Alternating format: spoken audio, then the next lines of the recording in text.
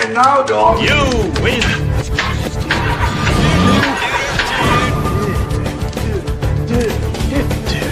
You're metal, dude. Dudes, deliberating.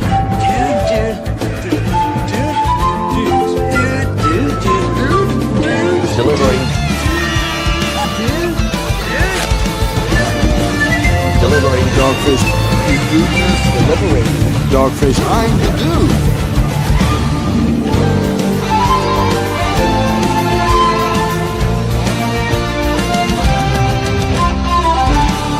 One minute, dude. 9, 8, 7, 6, 5, 4, 3, 2, 1, fight!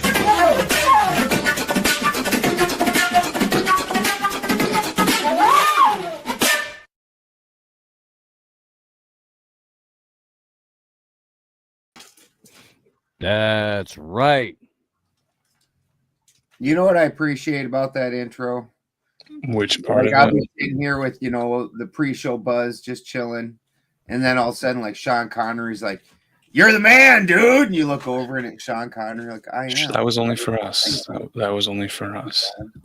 No one else hears that. Yeah. That was our little pep speech, pep rally. Our pep It talk is. right It's before very that. uplifting. We're in the locker room, Ben. We're getting ready to go out on the field. We're getting ready to, run through the tunnel in between the bleachers out onto the gridiron. Ready to do scripted battle for advertisers in the United States military. And Even in scripted battle, nobody is hiring you and I to run.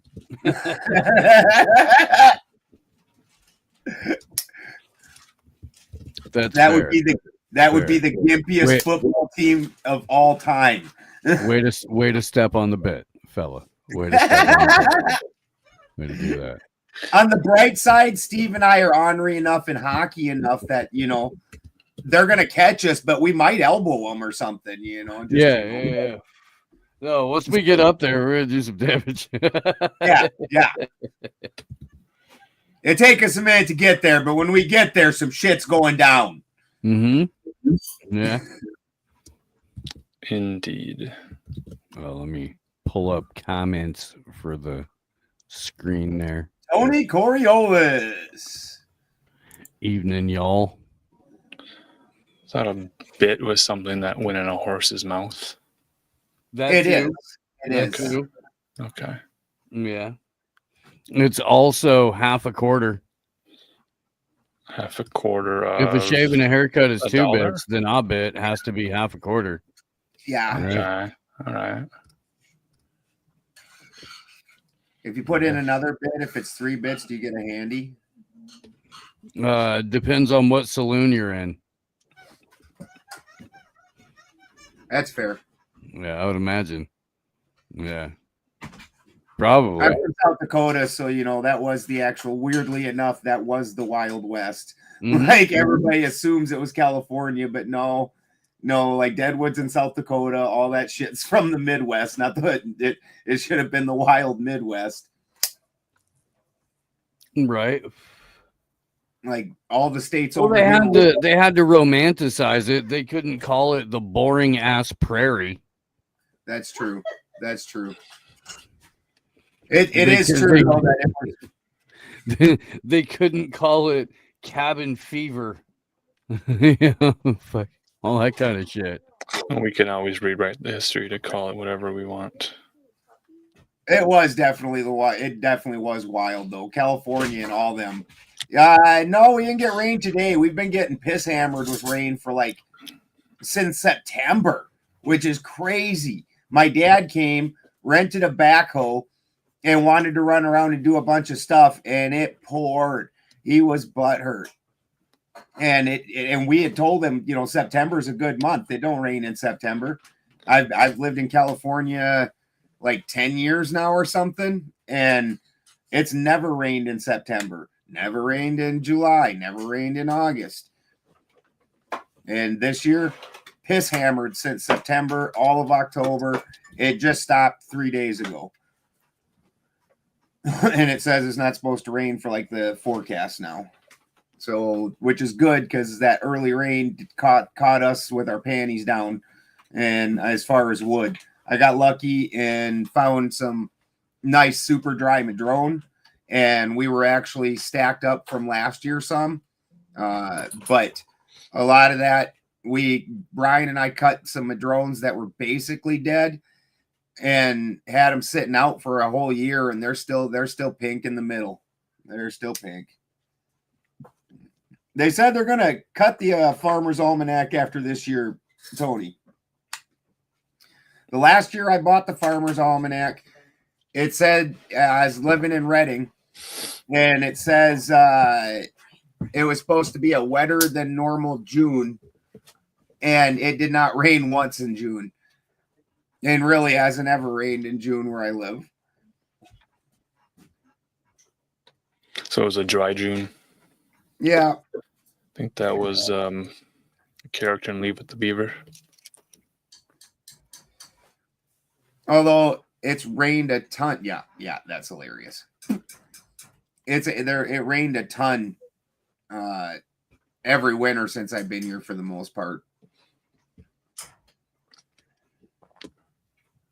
Yeah, it is sad to get the hear that the Farmer's Almanac's going to be gone, but their weather forecasting, anyways, was thank you, Brian. Thank you, baby. Was mostly done by bear fat, and I know how to read the bear fat. So one of these times, if one of these bears gets too damn ornery, which they never have, to be honest, the bears are actually pretty chill. You yell at them and they run away. And also this last bear that was fucking around at the farm like a month ago, Lickus was pissed. He's Licky Bear Fighter now. It's an honorable title. Yeah, he had it. I heard Lickus out there just going spastic, which he does, but he wouldn't stop. And we're like, what the hell? So I shine a flashlight out, see what's going on, and there's a bear on top of the chicken coop hiding from Lickus, trying to get away from him. Like, jeez. Trying to get my electrolytes in. Yeah, did you get Brondo? No, I got a generic version of it. What's the clip there, Alan? This is an important announcement to Polish Parliament. Oh, good. Okay. Why I don't know if our resident Polak is in the chat or not, but I think we can read the subtitles on it. All right. Figure it out.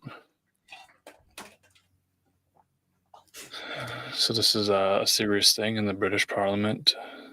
Oh, I thought you said Polish Parliament. Wysoka Izbo, w ramach oświadczenia. No, you're right. It's Polish. Okay. Yeah, this is put the Polish flag in the background. So because of parliamentary statement, I want to inform. Chciałem poinformować o bardzo bulwersującej sprawie, ponieważ very outrageous case. That person, what the fuck is this? What is this?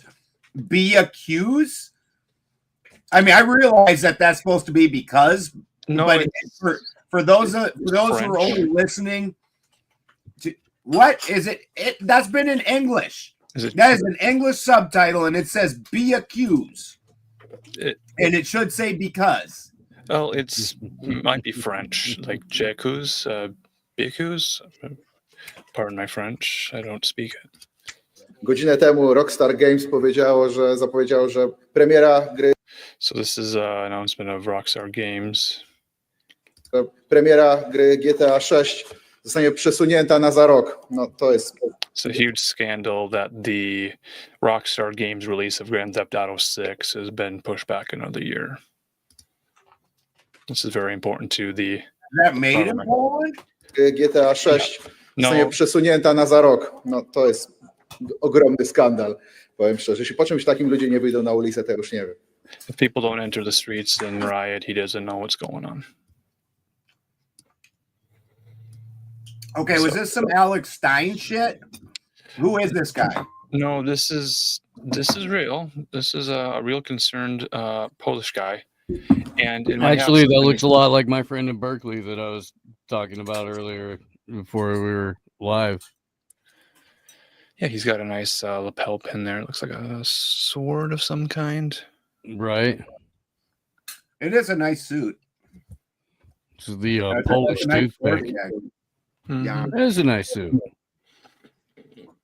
I believe the company that makes the Witcher games, CD Projekt Red, is a Polish company. Okay. So he's going in front of Parliament, which for those that don't, a lot of people don't put this into perspective for some reason. Be accused, they've never been, because they've never been overseas. But these European countries are tiny countries. Mhm. They have electric trains over there. You can jump on an electric train. Like when I was there, there was a thing where for $15, you over the weekend you'd go to 5 different countries and spend like half a day in each country and go off and just have a gas. Yeah. It's very true. And the importance of this has to do with the fact that the Polish gaming industry, comprised of CD Projekt Red, is a huge part of their GDP. So now they have another year, and maybe they can release some DLC onto their Cyberpunk game. I Could still bring in don't some more understand if Grand Theft Auto isn't made in Poland, why is that a problem for Poland? Because it's competition. So people are prepared to spend $90 for Grand Theft Auto 6, but because it's been pushed back another year, that gives other $90 now. yes. Mhm. Wow. And you don't actually own them. Right. And you have to pay a subscription fee? And some of them, yes. Wow. So the Polish game industry, comprised of CD Projekt Red, may have a chance for selling more games during this holiday season and the spring season and through the summer.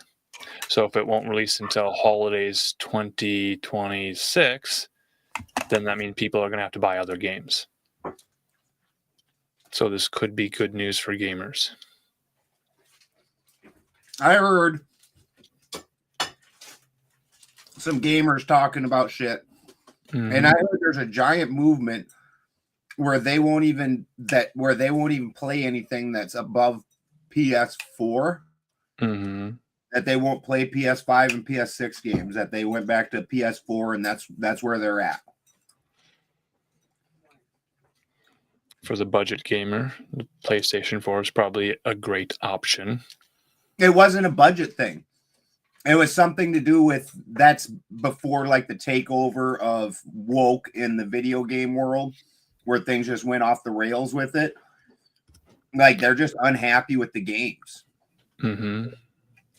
Did you read the Witcher novels at all? Are you familiar with any of the Polish folklore and the Witcher novels? I saw one season of the show, I think. Okay. Kind of a cool show. Yeah, I think that the helmets on some of the guardsmen were intentionally phallic in the Witcher television series. Was it a Netflix series? I don't know. I don't know, but it's big news. It's big news that Grand Theft Auto 6 has been delayed. I think that is the one thing keeping many young people optimistic and hopeful for the future, giving them something to look forward to. So now they have another year. Did I see that there's supposed to be trannies in Grand Theft Auto 6? Oh, yes. It's reflective of, I think, Florida is where they're going. You know, Greg Dubb, I'm from a German area, so all the dirty jokes from my area are Polak jokes, like Oli and Lena are Polish. Yes. So saying Polacks are stupid, that's just kind of like that's where I'm from, that's like saying that water is wet. And Labubus are demonic. But that won't stop Sony. Movie. Yeah, that won't stop Sony from acquiring the rights to produce any future Labubu film. But isn't that the dream these days? Make a product that's desirable by a big company, so they buy you out. To buy the rights for the film and now they've already created the merchandise. So it's sort of a backwards approach maybe. Instead of creating the Jaws movie and the Star Wars movie, then creating the merchandise, now they create the merchandise and then they make a movie out of it. Or they start with a video game and then they turn it into a movie. I was actually talking about that. Was you the other day? Was that you that we were talking about that? Where it's interesting because it seems like Pokemon, they made a cartoon to go with the card game, but then Yu-Gi-Oh, they made the cartoon, or they made the card game, or Yu-Gi-Oh, the cartoon was made to try and promote the card game, but it was kind of reversed with Pokemon. For the American launch, yeah. I mean, the history of these sort of franchises to really instill in the minds of young people. Now it's like the adults have completely gone wild with their nostalgia and childhood. Well, these kids now are, and when I say kids, like the 20 and 30-year-olds, they're very Peter Pan. So it's not even nostalgia; they're just still living it. Mm-hmm. Like, it's interesting how heavy that is on the liberal bent. Like when you look at 100% 80s cartoons are made to sell a toy line. Yeah. Oh, they saw how Star Wars toys were able to turn into an overnight sensation, and every male child had to have one. And then some of the nerds figured out too that if you just got them and didn't open them and left them in the box, that down the road other nerds would want to give them a lot of money for it. And so that happened. And then yeah, man, movies, cartoons, and if you got the bonus, the bonus was you had your toy line, right? And McDonald's or fucking Taco Bell, Burger King, something like that. Yeah, Burger King put your movie on their cups and got other little bullshit fucking wind-up toys that they could throw in their Happy Meals that you also got merchandising money off of. Sure. That's when you were big pimping. Right. Movie in the 80s and 90s for a lot of the 90s too. They were doing that. Merchandising. Mm-hmm. Yeah, freaking Transformers was the first big one that when I was young, that like we actually got some Transformers and they were just like, you had to have the coolest Transformers. Right. Maybe I'd play. And you were a total loser if you got GoBots. Yeah. Do you remember the Jingle All the Way film, where that was the whole object of the film was to get this special toy figurine thing? I don't know if it was a robot or a superhero or something. With Arnold. I vaguely remember it being a thing. I didn't watch it. That was a Minnesota. Wasn't it like a Stretch Armstrong type thing? I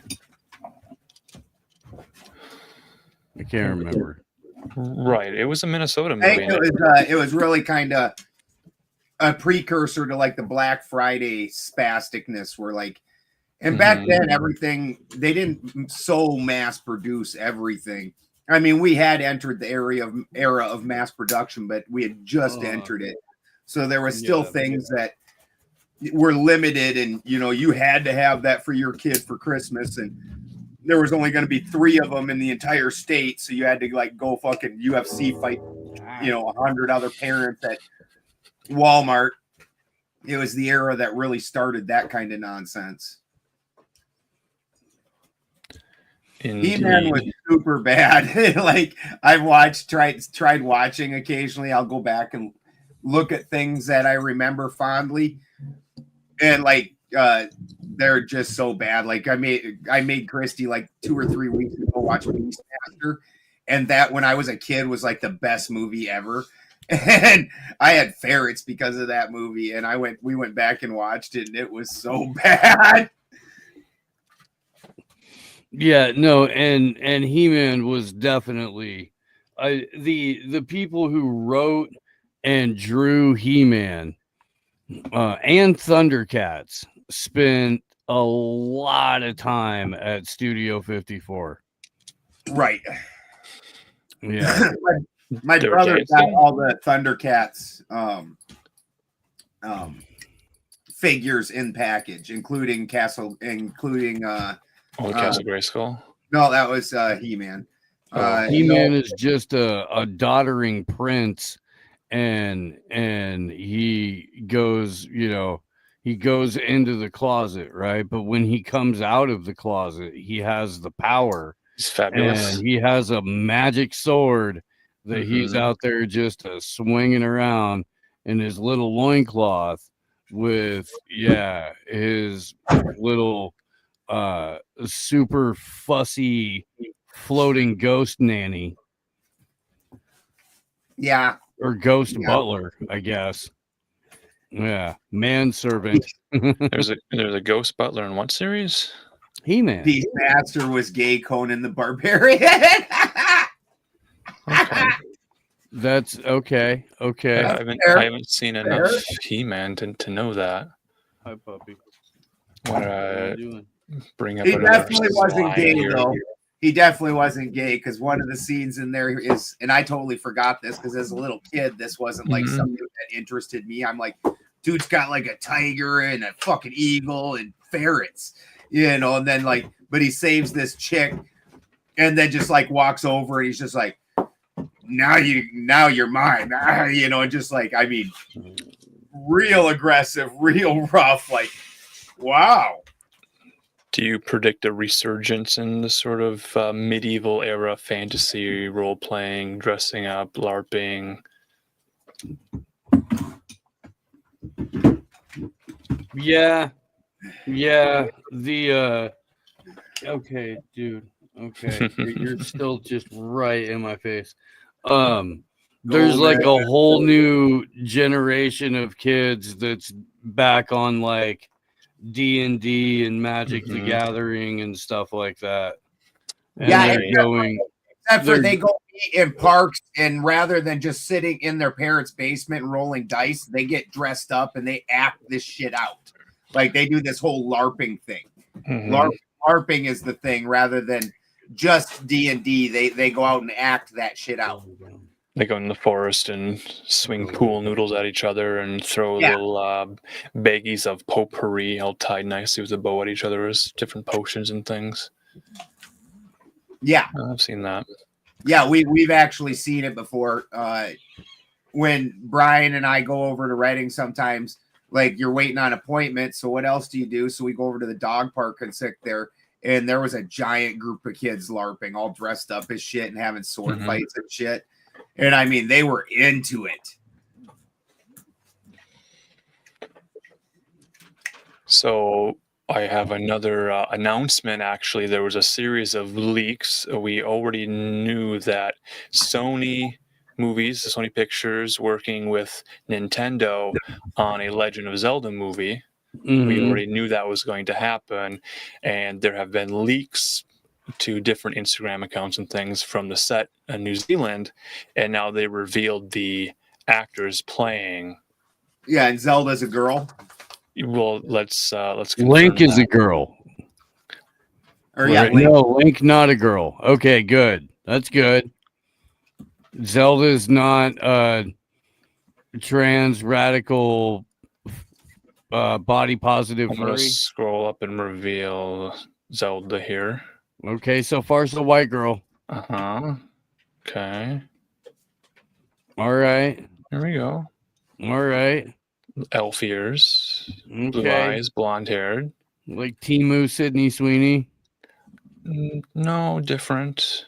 I would say that's prettier than Sydney Sweeney. Her eyes don't look all like Sydney Sweeney looks like she has at least a touch of fetal alcohol syndrome. Sure. Touch of the Downs. Yeah. So they did not have Tom Cruise playing Link like he did in the Legend film. That's good. That is good. It's been 45 years. Yeah. Right.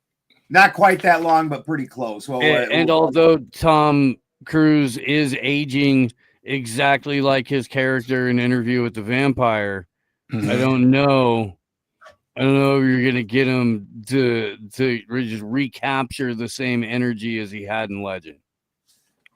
Right. So you would have to go with a much more Link-like character for Legend of Zelda, because it's the of Zelda, not the Legend, that we're focusing on AlanMarcus.com. That is a correct way to phrase it, certainly. That's why they pay us the big bucks. There was concern that Link would have too much dialogue in the film, but we and haven't. have these bitches be talking. They should have had like a Shrek-like donkey character that followed him around narrating, but it was like Samuel L. Jackson, instead of Eddie Murphy. Well, that's still an option, I think. Right. They could still do that. I know there's a Wikipedia page with a picture of a donkey on it. Or Bobcat Goldthwait. This motherfucker acting like there's only one motherfucking piece of pussy in Hyrule. The rip Cat tracks Williams are going to be a lot of fun to Cat listen Williams to. is every single innkeeper, bartender, shopkeeper, every single one. It's all just Cat Williams. Like a Medea movie or something. Dressed up in a pimp outfit. A pimp named Slickback. Mm-hmm. Right. Mm-hmm.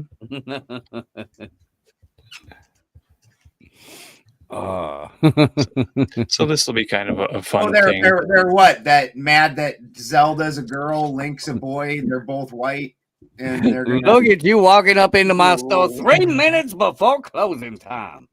Yeah, there's been some people who have wanted to stir the hornet's nest by suggesting that the casting should have been a character that we first saw on that Sydney Sweeney HBO show, based off of an Israeli show.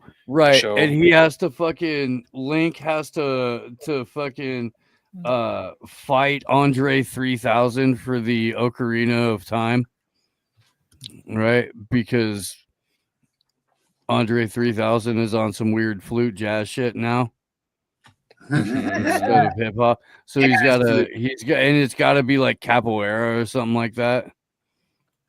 Some like dervish spinning around, sort of breakdancing moves.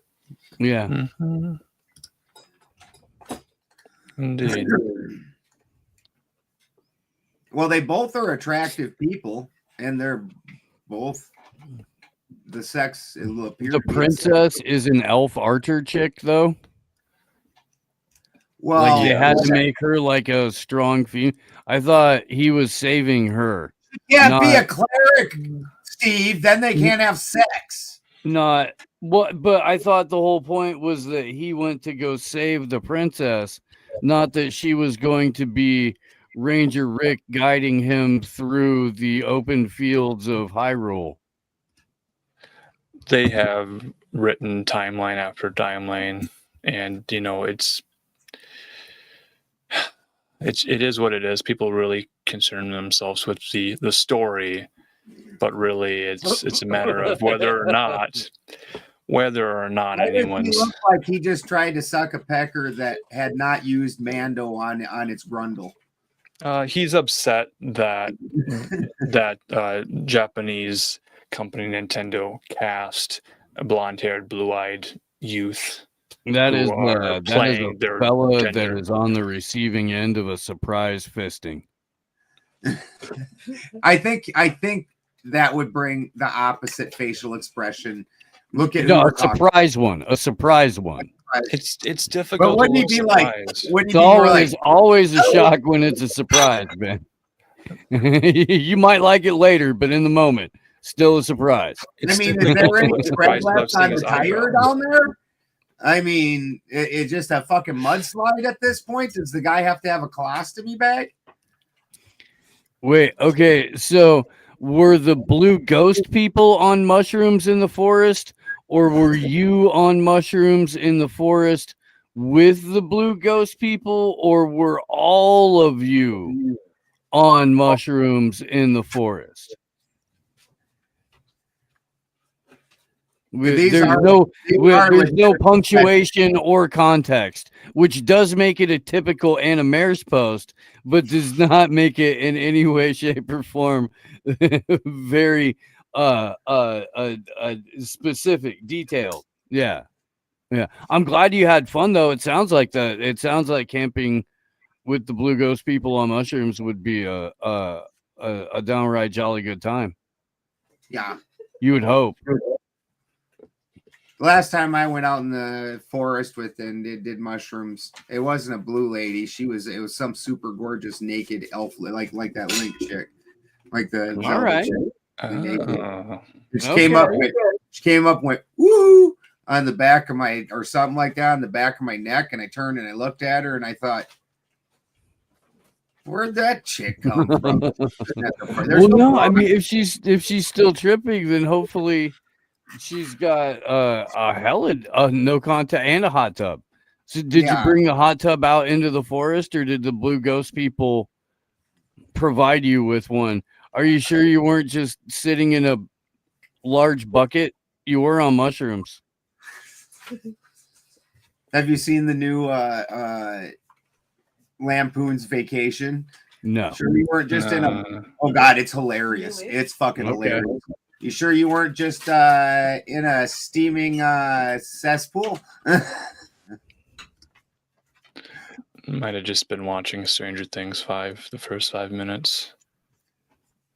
I don't know that anyone's... picture of Sinead O'Connor I've ever seen. You've got pretty pictures of Sinead O'Connor? Sinead wasn't a bad-looking lady. Well, if we were talking about women who completely shaved their heads, I think that was part of the Stranger Things universe with the character 11. The head shaving thing was wild. But you know, she went. Can you imagine the shit that they did to that lady? 11. Man, they ridiculed her right out of the industry. Yeah, because she dared to talk about fucking the Pope. Yeah, and child abuse in the Catholic Church. Yeah. And then didn't she later on become like some like priestess in like some offshoot Catholic church? That's like something like that. Yeah. You're like really got confused. And then her kid kills her, offs himself, and then she offs herself. Like that's some wild shit. Yeah, I didn't know that would bring up that memory. That's what you did, Marcus. It's your fault. Okay, well, let's maybe bring up some of the clips. I heard that aren't they doing the finale of this show in movie theaters? Of Stranger Things 5? Yeah, I thought I saw that the finale of it's going to be in the movie theaters. They aren't even putting it on TV. Huh. Yeah, maybe they will. For the few people that movie theaters. Yeah, for the few people still wanting to see it. Right. After the 4th season, now they're on the 5th season. I don't even know if the child actors even want to be seen in the same room together. It's been, over 10 years since they started working on this project? I have no idea. I never got into the whole... Yeah, they've all completed puberty and become young adults now. And they got paid. They got fat paychecks. Now they don't have to act anymore. Right. Macha, get away from that. So it's just like contractual obligations that need to be fulfilled at this point for them. So are they all kind of phoning it in and it's just AI and special effects? Again, I don't know if anyone wants any Stranger Things 5 spoilers. I don't want any Stranger Things 5 spoilers. But if I say Stranger Things 5 spoilers 3 times in a row, then maybe it'll trigger the algorithm to put us on that little sidebar so people see that we are live streaming tonight. Ooh. Maybe that's how this works. All right. And we are streaming. Marcus, next month for Christmas for everybody. Marcus will be doing an episode by episode demystifying breakdown of Stranger Things 5. Well, I didn't agree to that. I was preparing my Freaky Sign up Friday. for the upcoming Patreon for that. Yeah. Well, I could get to that after I complete my magnum opus demystification on the Freaky Friday phenomenon in the Disney sphere. And that first movie really has a lot to say about feminism. And then, was it 20, 30 years later, the Lindsay Lohan vehicle comes out in 2003. And she plays in a band called Pink Slip, and it's real rock and roll. And then the Freakier Friday movie that I told the Boo Doll lady that I was going to go see in theaters, that was a lie. I didn't actually get to theaters to see it, but I did watch Freakier Friday recently. Brian and I, like 3 or 4 years ago, went and saw The Northman when that came out. A long time ago, though. Did they switch places? Like a young person switch places with an older person? In the Northman? Yeah. No, he did get taken by the spirit of a wolf and became an Uthednar. Okay, I have a video of a woman who's got the spirit of a horse. Holy shit!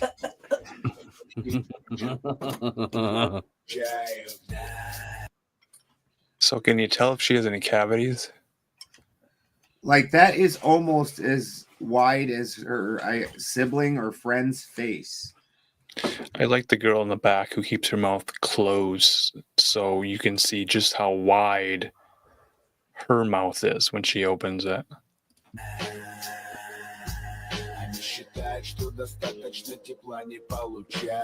You know, wow. I don't know what the lyrics go back are. to the hair too. Look at her finger. Look at how, when her finger's pointing straight up, look at how long look, what the fuck is that? What the fuck is that? I didn't know those things could survive that long outside of the sewers. Yeah. Shouldn't she be luring children with balloons or something right now? Go back to that freaking maw. Yeah, we'll just play it again. She's not really even keening. She's kind of doing a... Could you imagine like them fingers reaching out and touching you just like, and then when you look over, you see that mouth like just like that. You're like, oh God! Like, isn't that's a fucking horror movie? So that's what it looks like without the makeup. That's wild. I had no idea. No clue. That is horrifying. Yeah, this is one of those online challenges where women are realizing they might have a hidden talent and are now using it to sort of do this over emoting thing with their mouth. So it's a way to sort of cash in on these hidden talents that certain women have. What is a fuzzle? I think that's Marcus's way of swearing. Saying the swears. I don't know. I have no idea. A fuzzle may be a reference to a slur. Like, is her jaw unhinging like a snake? She's got a real future in stealing the eggs of random birds.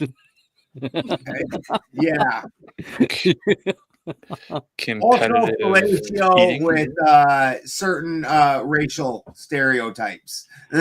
No, dude. No. Look, number one, she is about 130 pounds too like light. Oh my God! Look, is her hand actually standing out in her neck? What the fuck is that? What the fuck is that? I think this is the Deathly Hallows from Harry Potter.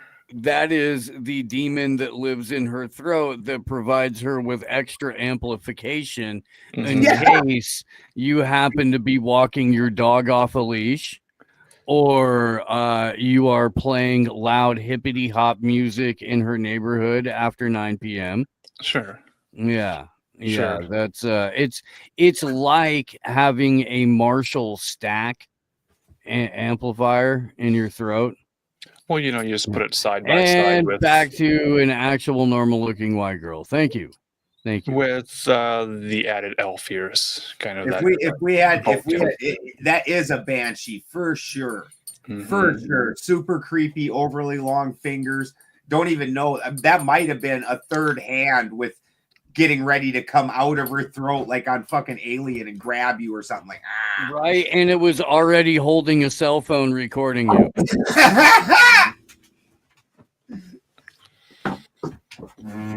Her Karen cords. Oofta. Oofta. I'm not sure that was human. Like that, with all the talk right now of reptilians, how that's come up as I bet she could get an ostrich egg in her mouth. Like that's what she should do. Do you guys know skeleton teams? A peeled cantaloupe would have fit in there. Yeah. That was shocking. Do you think Flavor Flav would be shocked to see that? That is a severely downgraded clock size from the last wet teacup Yorkie could have fit in there. Tell me I'm wrong. Tell me I'm wrong. If you got a teacup Yorkie, good and soaked. So he's bringing the height. You might have to throw a hair tie on its paws or something like that. But you can pretty easily just right in there. Yeah. And when you add that to the overly long, super skinny fingers, that's just like Well, that's for plucking teacup Yorkies. Yeah. Christy Crinkle became a new member. Thank you and congratulations, Christy Crinkle. We appreciate the heck out of you. Hey, way to be, Christy Crinkle. Also, Woodshot, Wood Floor Alchemist. Is that his name? It's Hardwood Floor Alchemist. We have other members to thank. Yeah, we have another one, and I know who it is too. I don't know why I'm fucking up his name. What am I looking for? For fuck's sake. It's not Myron. His name isn't Myron, is it? Right? That's not a alien skeletal freaking odd little nubbin on the end of it. Yeah, Wood Floor Alchemist. I don't know why I was second guessing myself. The Flava Flav shiny clock and the chick with the overly wide mouth and skinny fingers, like Banshee chick.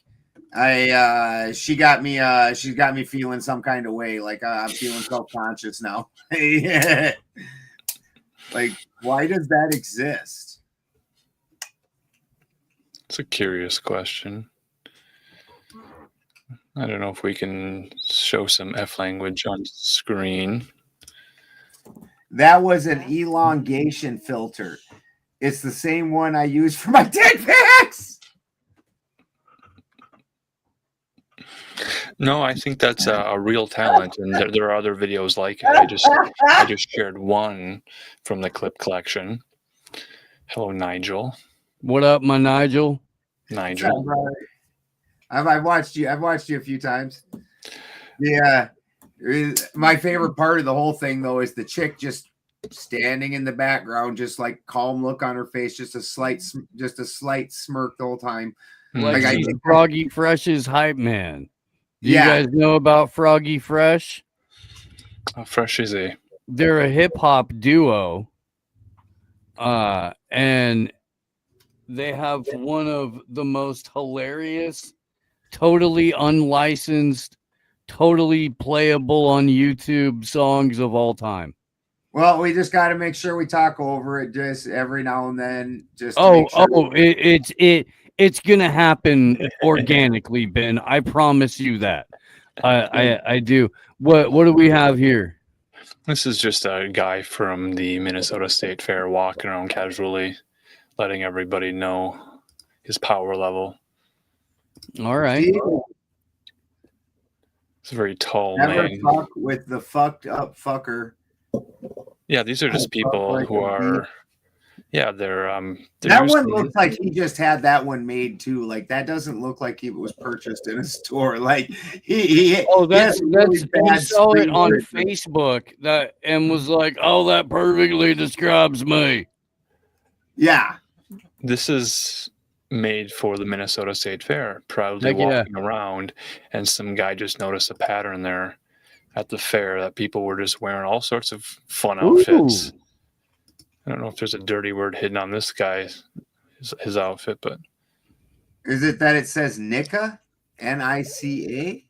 it might just be the biking shorts. I don't know. But this first guy has he's got a water bottle he's carrying around. Yeah, he's very hydrated. pink. Like it looks like a My Little Pony water bottle with like his wife's water bottle. oh, it's got a skull on it though. It's pink with a skull, so it's it's got manly. that middle finger on it. If you can see it, I don't know if I can zoom in on it. But just the things that people are wearing out and about these days. So I don't really know where the line is. I think maybe this moron here is crossed it intentionally. Do we know who the real moron Guinness Who's the is? real Myron Gaines, huh? Well, I don't you know history, man. I didn't know anything happened to him. I haven't talked to Freddie in a while. Myron Gaines is not white, and these other two gentlemen, one named Steven Crowder, and I can't think of the other one's name. They are, so it's not overly hard to pick out which one of these is. It's a bad game. Right. Yeah, that was easy. Yeah. Okay. That was easy. I did kind of think that we might go through some Myron Gaines college debate video stuff until I heard Myron Gaines using that unspeakable F slur word in his. He does like to use Steve's favorite word quite often, yes. It's not my favorite word. Puzzle? Sometimes it's the one that makes the most sense in the moment. You even have like extra adjectives to spice it up, like deep fried. Falula? Sometimes that helps get the point across. Fallacious. Sometimes it does. I still don't know the favorite F word, but I know that our own Benjamin Balderson was on a panel the other night, which was disrupted by an ortho bro calling in to say a word that was not allowed to be spoken on a tomato panel. And honestly, that one, it was, there's, it seems like there's a group of words that smaller shows can't say, but like Kill Tony or somebody like that can get away with it. And even Kill Tony, I watched him chew out a guy for saying that. He's like, I'm gonna have to dump the whole episode now. Like, and this dumbass said it on Sarah's panel, and yep, dump the show. Useless now. On purpose or like specifically to do that? That's questionable. That's questionable. That's everybody was asking about that because it's not like the dude hasn't been around on panels before and doesn't know this. So, Right. and with the shit that's been going on with Sarah and everything, that makes it real questionable. Was he coming in just to get her show shit down? Sure, and there's something to be said about weaponizing uncensored speech and free speech and things. Have we seen anything from this channel before? This uncensored Context America? is important, man. Uncensored American? No, I have not. I've never heard of Brand it. new channel to me. You never? Okay. Well, I saw that there's some Wilson clips there. Don't think we'll be playing those, but there was also recently a premiere of a Myron Gaines video here. Stop! So in the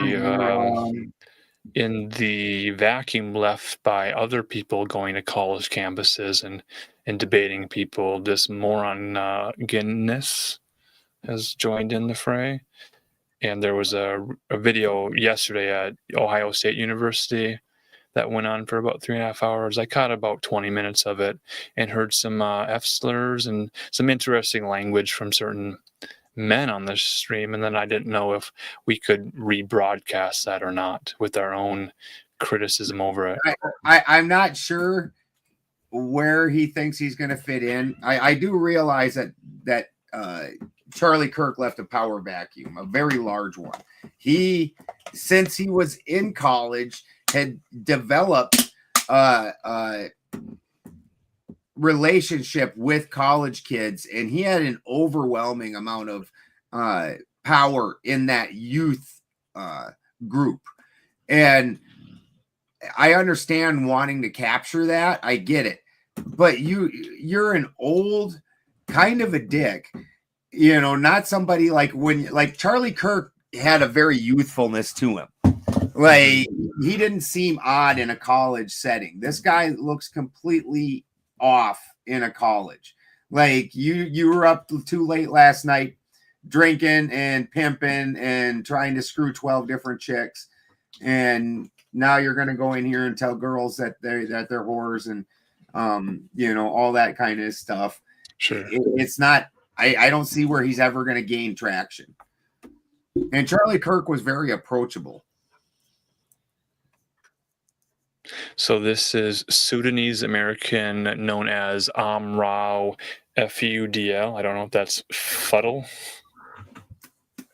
What is his Arabic name? This is Sudanese American blogger. Name? Yeah, his name is Amrou, Amrou Fudl, known professionally as Myron Gaines. So let's play this word game. Hey, bro, I'm admiring your gains today. I'm Myron, your gains. Hello, nice to meet you. Your name is Myron Gaines? That's how you know you're a high-value man, when you give yourself a high-value name like that. And I'm not sure what the Ash Wednesday thing would be even about. Isn't Myron Gaines Muslim? Yes. Yes. So that is an interesting aspect to him. In his book, Why Women Deserve Less, Gaines writes, the relationship between most men and women throughout all of history has been transactional. It has been prostitution. All men are Johns. All women are... Yeah. Well, he doesn't even think the dudes are Who is, right? Like the dudes are studs. He is literally the old school epitome of those dudes are studs and high value, and the women that they use to make themselves into these high value men are all horrible. It makes zero sense.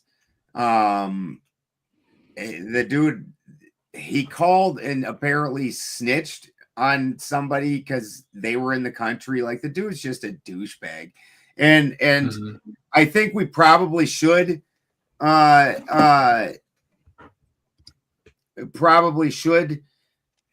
that clip because it's hot right now. This is the strike while the iron's hot, but not we won't go on with anything else because we're going to do a whole we're getting ready to change formats, guys, and we're going to do a episode. I think he's probably going to end up taking up a whole episode, but I think we should definitely play that clip of a Moron Gaines clip or a Fresh and Fit clip. He's got a lot of clips. No, the Andy clip.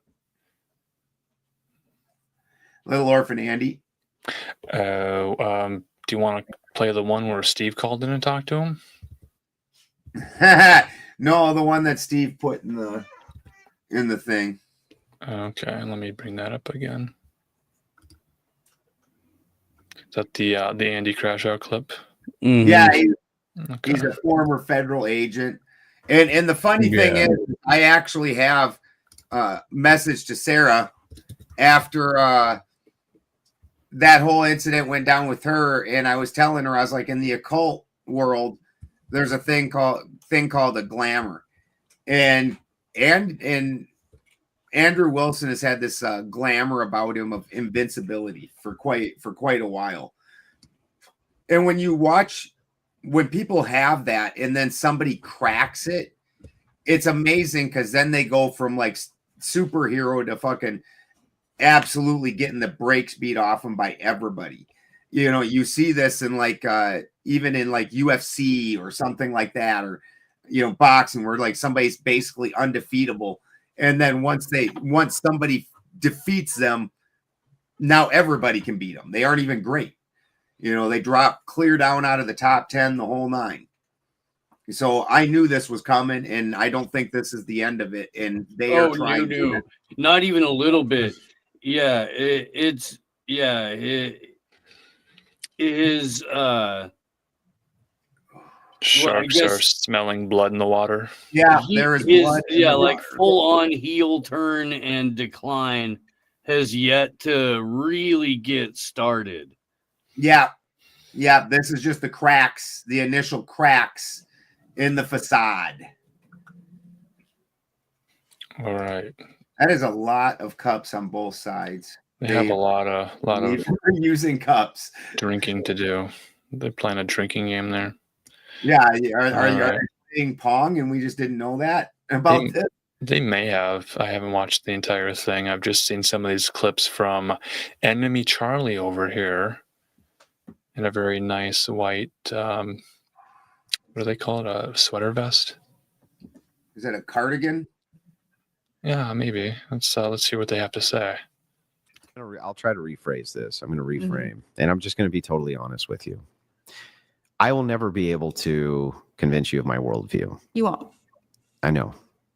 But the reason is not because I'm not a great orator, or I don't make good points, or I haven't said things which should be compelling to a person. Compelling to a person. I'm so very glad you paused right there. Look, you're not going to agree with me, but it's not because I'm not awesome. Was this at the end of a 5 or 6 hour beat 'em down live stream where no clue Enemy Charlie is sitting there patiently listening to this guy over here?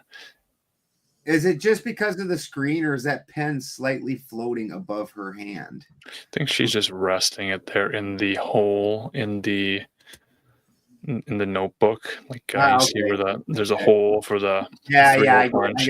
And then she's just kind of, because there's a lot of energy, and she's just trying to keep her calm and make certain notes and listen patiently to this guy who's, as a lesbian, she has to have her hole punch handy at all times. Ha! I'll take it. I'll take it. We're not recorded in front of a live studio audience, but we are recorded in front of a studio audience. So in chat, you know what? No, I don't want your pity. All right. But Charlie, I just think honestly, you're too fucking stupid to understand them. Oh. Does he have to pay into the swear jar? Yeah. Obviously. Okay, everybody. That's obviously, one mean word. You don't immediately accept that Andy's worldview is superior. His logic is infallible, and you pale in comparison to it and must adopt it immediately. If you don't do those things and petition him for forgiveness and further instruction and enlightenment, then you must be a mouth-breathing freaking absolute dullard.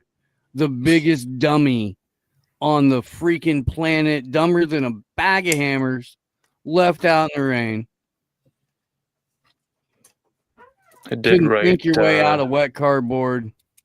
I wrote the title "Peace Hammer" down. peace hammer? Because I heard someone say piss hammer, and I thought, no, we could clean that up a little bit. Peace hammer.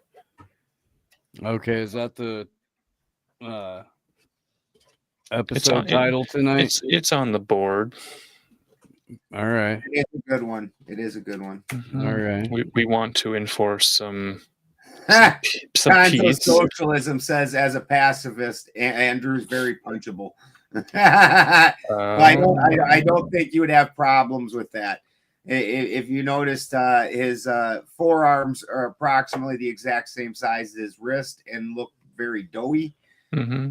And like, look at how you can see his nipples. You can't see my finger, but his look how far down. Like, he's got saggy boobs. Coming to us from the set of Psychedelic Hee Haw, our buddy Jim. What's up, guys? Oh, what's up? How you doing, man? I'm doing well. How are you doing?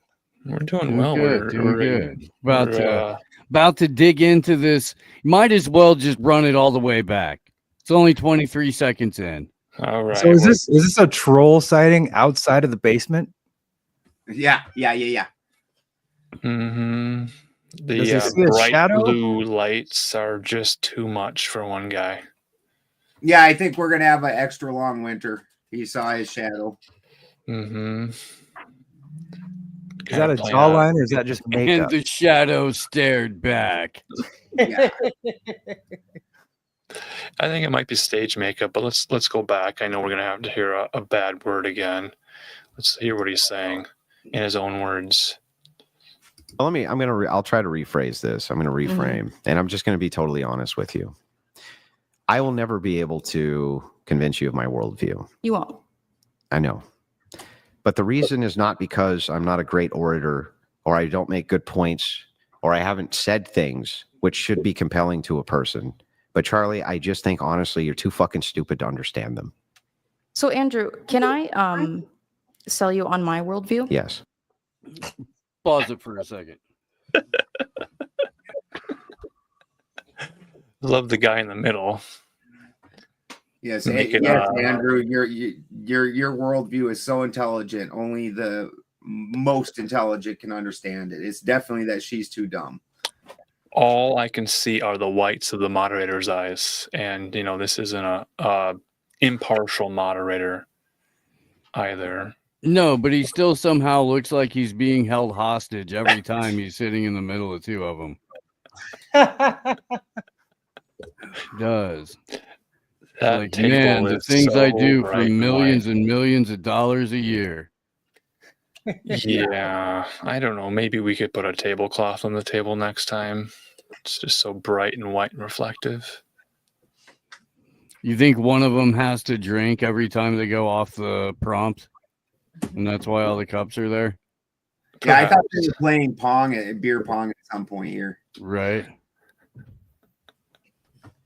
So I hate when people say, I'm going to be honest with you. Mm-hmm.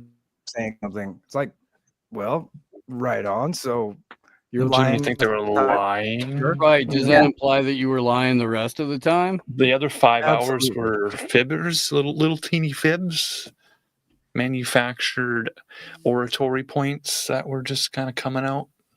Yeah, I'd have to agree. She probably would win in a fight. I seen him against that same girl that he couldn't open the olive jar with, and they had a rematch thing, and he barely got a pickle jar open. Like, it was like a last minute, it barely came open. You're like, fuck, man. Oh. Yeah, my bad. Okay, all right. Do you have a Tupperware?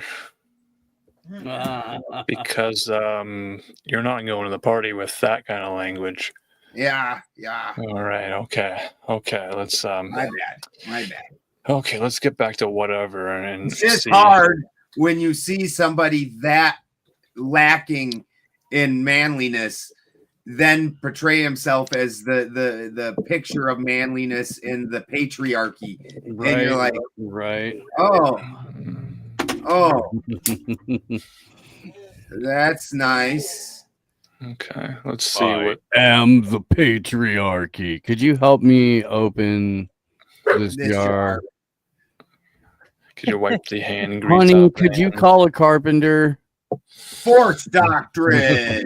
I'm breathing through the palms of my hands right now. Could you please give me a wet My wipe? manhood comes from being able to afford to pay for somebody to build my deck. Bitch I tits have and Jake Rattlesnake over here on standby. Right. If you get lippy, I'll have Jake beat you up.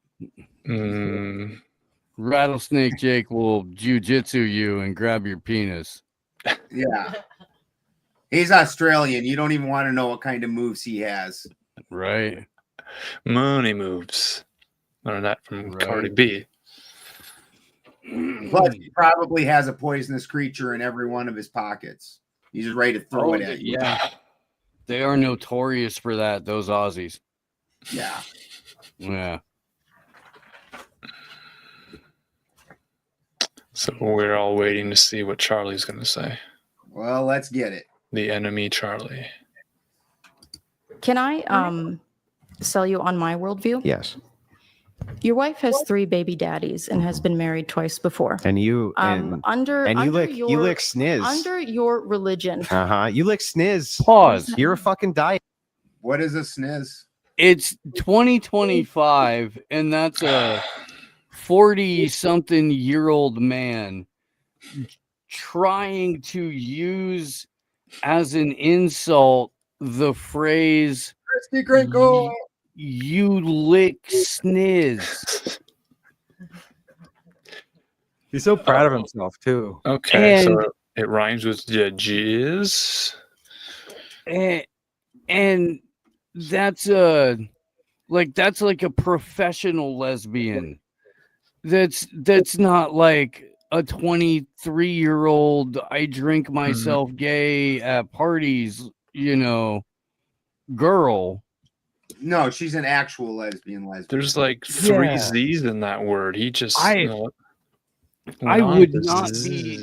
would not be surprised to find out that she's a gold star lesbian, but I wouldn't bet on it. But I wouldn't be surprised to find that out. I'm never going to go and seek the answer to that. But if somebody told me that, I'd be like, yeah, okay, I probably see it. Plus, that just doesn't have the same bite as you suck pecker. Like that's actually offensive. You're like, oh, no, I fucking don't. Like, I'm not sure what the offensive thing is in this. Like I do too. It happens, right? Like that's a weird thing for a dude to use as an insult, in my opinion. I mean, look, dude, totally nothing wrong with, and I think even Big Bear said something similar about this in this clip. Like, look, man, there's nothing wrong with you marrying somebody who's a couple of years older than you who had kids. Like, who fucking cares? Man, whatever, dude. Try to be a fucking decent human being to those kids. Fucking, don't be a weird fucking, step parent or anything like that. Don't be a creepy fucking stepdad or an abusive piece of shit. And you're doing the fucking best you can, and you're doing way better than a lot of other people. Sure, dude, whatever. But the way that he just goes full fucking Karen on this chick, he tries to out militant lesbian her. Look at the look on his face. The look on his face, oh, thank you, babe, is fucking that's Rachel Maddow. Is there a 7 days a week? Is there a device that could be used to keep his eyelid from drooping over his eyes to keep it open a little wider? Probably less alcohol before debate. Okay. That would be the device. Okay.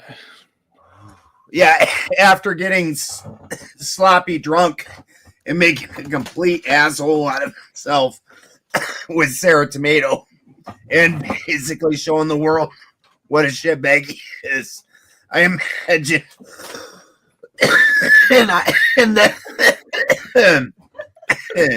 And then on another show of Sarah's, they came into the chat and I think they were both sloppy drunk.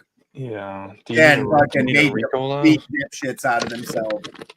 Like complete dipshits out of themselves. I think maybe somewhere in there it has struck him that maybe I should be less sloppy drunk when I'm interacting with the public. Well, I'm gonna pop a Ricola in and relax. Yeah. And I didn't have a Ricola, and it was getting to me. No, it's the lack of Ricolas. Mm-hmm. So let's listen in and see what Charlie's gonna say. You're a fucking dyke. Don't talk shit about my wife, you stupid bitch. Shut your fucking mouth. Shut your stupid bitch mouth. Your wife with the 3 baby. What did I just say? Dyke. Your wife with the 3 sorry, baby I'm sorry, Dyke. Is she morally inconsequential in comparison to your ditch licking? Huh? Your what? DITCH licking. How is it? Are you gonna tell me, Andrew Wilson, that you don't pleasure your lady? Well, with oral favors? I find that hard to believe. You have no morals, Steve. You don't even have a ground to have morals from. And biblically, according to the church fathers, there shall be no cunnilingus on these premises. I want to see that in print. I do. In red letter ink. Look at him. He has really got the sneer face. Like, you've performed cunnilingus. I would never do that. Ugh. Right. You like women like I like women. Therefore, I can disregard anything you say. Jim, what are your thoughts on this so far? We're not even a minute in. He's shaped like bitch tits and back fat. And, smells like bullshit. I think I like him better in the basement in the dark. Smoking something. Yeah, smoking a cigarette. Hollering for more drinks. Yeah, he's often seen with things in and around his mouth. Some sort of an oral fixation stage or something. I don't know what stage of development that would be. On Steve and Mai's debate with Rob Noor, I took a shot. Made a little funny at Rob Noor because he talks so fucking fast. I said his wife's a happy woman, and he literally got confused. Had to stop and think for a second to decipher whether that was an offensive thing or not, and then said, "My wife doesn't watch my show." I don't think the rapid tongue movement ever entered his mind. Like, or his wife, apparently. Yeah. Like, I think these ortho bros literally, they are probably the epitome of damn near nut. If they can get it out of their underwear before they go out, they fucking blow off. They're probably lucky. Do we want to pause for a moment and take a sidebar and play a little game? Are we pausing our pausing? Yeah, we're going to play a little game called Where in the World is Rob Noir? So I'm going to bring up an image here. Let me know if we need to zoom in at all. Are you able to see the image clearly here? Have you spotted Rob yet? Wow. Yeah, down on his knees right there next to Rachel. Why is Rob down on his knees? And why is Rachel bigger than him while they're both on their knees? I don't know. Lots of questions. So how do they work out sharing one testicle? Is it like by the hour, or is it a voting thing? Whose fingers are on the? Why is his head denim? at exact penis level with Andrew Wilson? Okay, so how does a spine work? I don't know if I could draw a straight line. And why is Andrew reaching over like he's going to grab him lovingly around the back of the neck and tuck him in? Jim Beam and Heineken. Yeah. Ooh. That sounds like a Crucible after party. Number one, I've been to Germany. Mhm. Heineken might be the shit that they squeegee off the floor at the end of the night at the good breweries, and then they just filter that out, and that's Heineken. You got two choices, Coke or Diet Coke. What do you guys want? Canada Dry? Okay, you got it.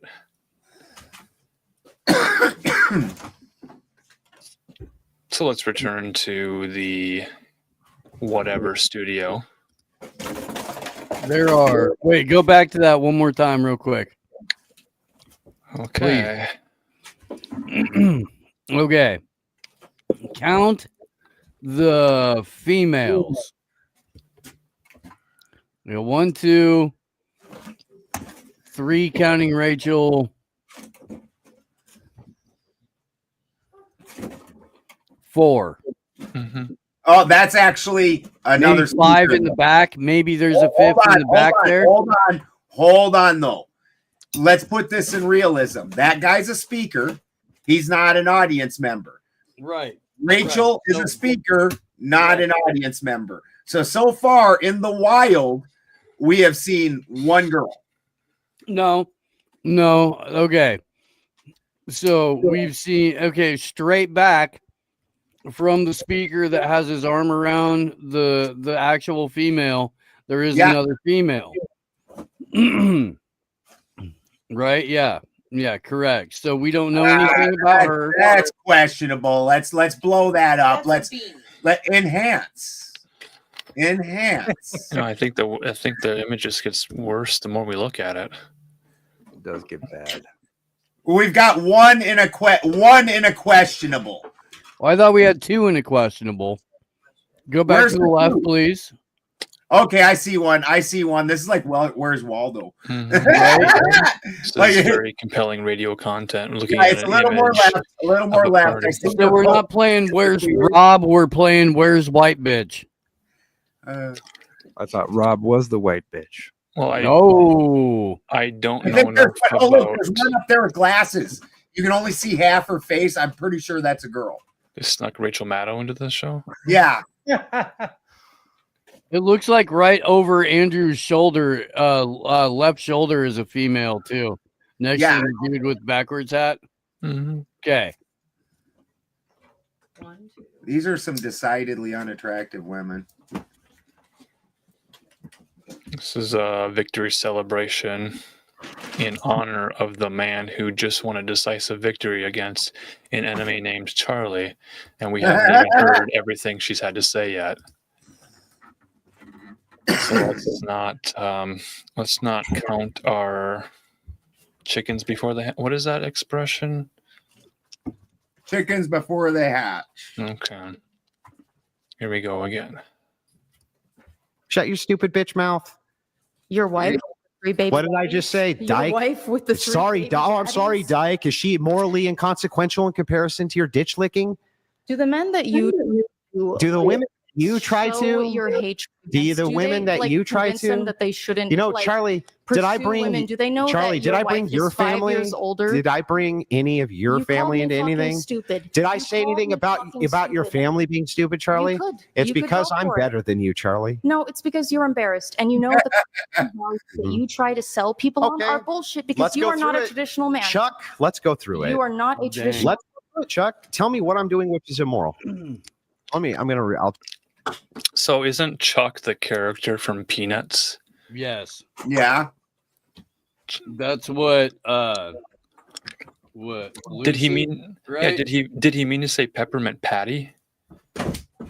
Did he get his Peanuts Peppermint characters wrong? Patty is Well, the woman who her calls name's Charlie, so Brown he's Chuck. changing it to Chuck. Yeah. Sure, but I think she's more peppermint patty Oh, than definitely. Chuck in this situation. So I mean, if you're that heated in the moment, you're not thinking about peanuts here when there's far bigger stakes. Like if your wife will look at you in the eyes after a whatever panel again. Man, he comes out looking like a little petty freaking, I don't know, first day, second day debater in this exchange. Yeah. I know it doesn't speak for the entirety of the whole, debate. I know it doesn't. But in this exchange, he looks really, really, really, really bad. Yeah, she got straight under his skin. And the reason that is he portrays himself as this, shining white suit, other people can't even have morals. His morals are so glimmering. And the things that he's prescribing are not necessarily a life that he's lived, which is okay. I actually don't see where that's horrible. Like, we all learn lessons, and the course that we took, we can learn lessons from them and say, maybe that's not the best path. But that is what I took. And, I'm fine with it, but I'm also not sitting there pretending like everybody else is the devil and I'm the right hand of God and, doing all that. So where his attitude and his what he's portraying to the world aren't matching necessarily what he's lived, that's some rough stuff. So this is an example of his courage, bravely declaring that someone enjoys sniz.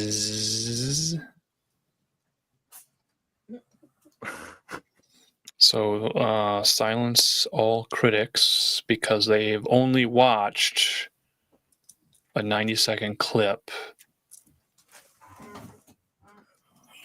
and they've completely made up their mind about him. That was at least 120 seconds.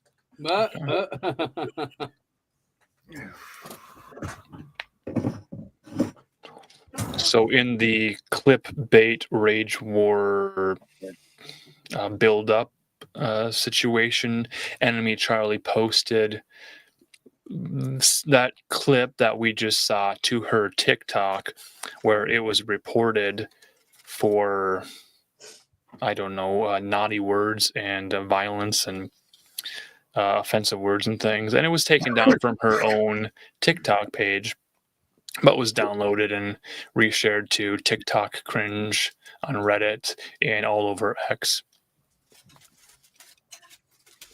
I mean, it's one of those moments. And hey, look, to Rachel's point there, it is just a moment.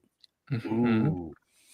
But it's one of those moments where everything that he has criticized debate opponents for doing or being, he did or became. Yeah. Well, and then also inside a minute and 20 seconds. And also all the things his critics accuse him of being, he became, which says that as soon as you put any stress to him, that is who he is. The rest of this is show. So all the things that all these women have been saying where he is an over-domineering, tyrannical shithead and doesn't really care about other people. Yeah, that's what he's showing. That's what he showed with Sarah Tomato, which that's 2 times in a row, which, like I said, I knew once it happened with Sarah, this was going to start happening over and over, and people are just going to fucking jam their fucking selves into these cracks that he's showing, and it's going to hurt, which is part of why they're trying so hard to isolate themselves now and make sure, like, anywhere where they're having a debate, it's moderated by somebody very friendly toward them and things like that. Well, and somebody that's like hostage buddy in the middle of the debate there, who's just gonna let him spurg out, interrupt, insult, cuss her out, demean, all that kind of, just let that go without ever once being like, hey, knowing damn well Andrew would freak out and moderator if anyone dared come at him with a similar energy. Yeah, 100%. 100%. In fact, I honestly still hold that was part of why he spazzed out on Sarah Tomato, was because she had the audacity to put 1 minute timers on him and John Fusselgang and make it so she was going to mute you if you interrupted the other guy's minute. And Andrew was pissed because he can't just overrun the guy and fucking shit on him every time he tries to say anything. Yeah, and what's crazy is that he's trying so hard to get a reaction out of bed and breakfast lesbian that he's becoming the exact thing that he's trying to elicit from her. Yeah. Just sitting there braying like a foul-mouthed donkey. Yeah. Enemy Charlie. This video came out from Genetically Modified Skeptic talking about the religious right being ignorant on purpose as a reaction to his previous video, why I gave up arguing with the religious right. Well, they're literally as bad as the left in the fact also that they make up their own definitions for everything. Like everything that they say has got a different definition than what you mean. And then if you try to face them on it, then you've now fallen into their logic trap game where they're going to fucking run you through this whole thing. And no wonder he's buddies with Jay Dyer. 100%. I don't think Jim Bob is like this. I think that's why he's kind of holding them at arm's distance. Like I see that he went to the debate con, but you notice he didn't. He had to make his own reason because Sarah Tomato's on the ban list, so he had to make his own reason not to go on there anymore. But he's not trying to be part of the fucking the psycho cult that they've fucking started. That they hold Jay Dyer up as like the Pope of.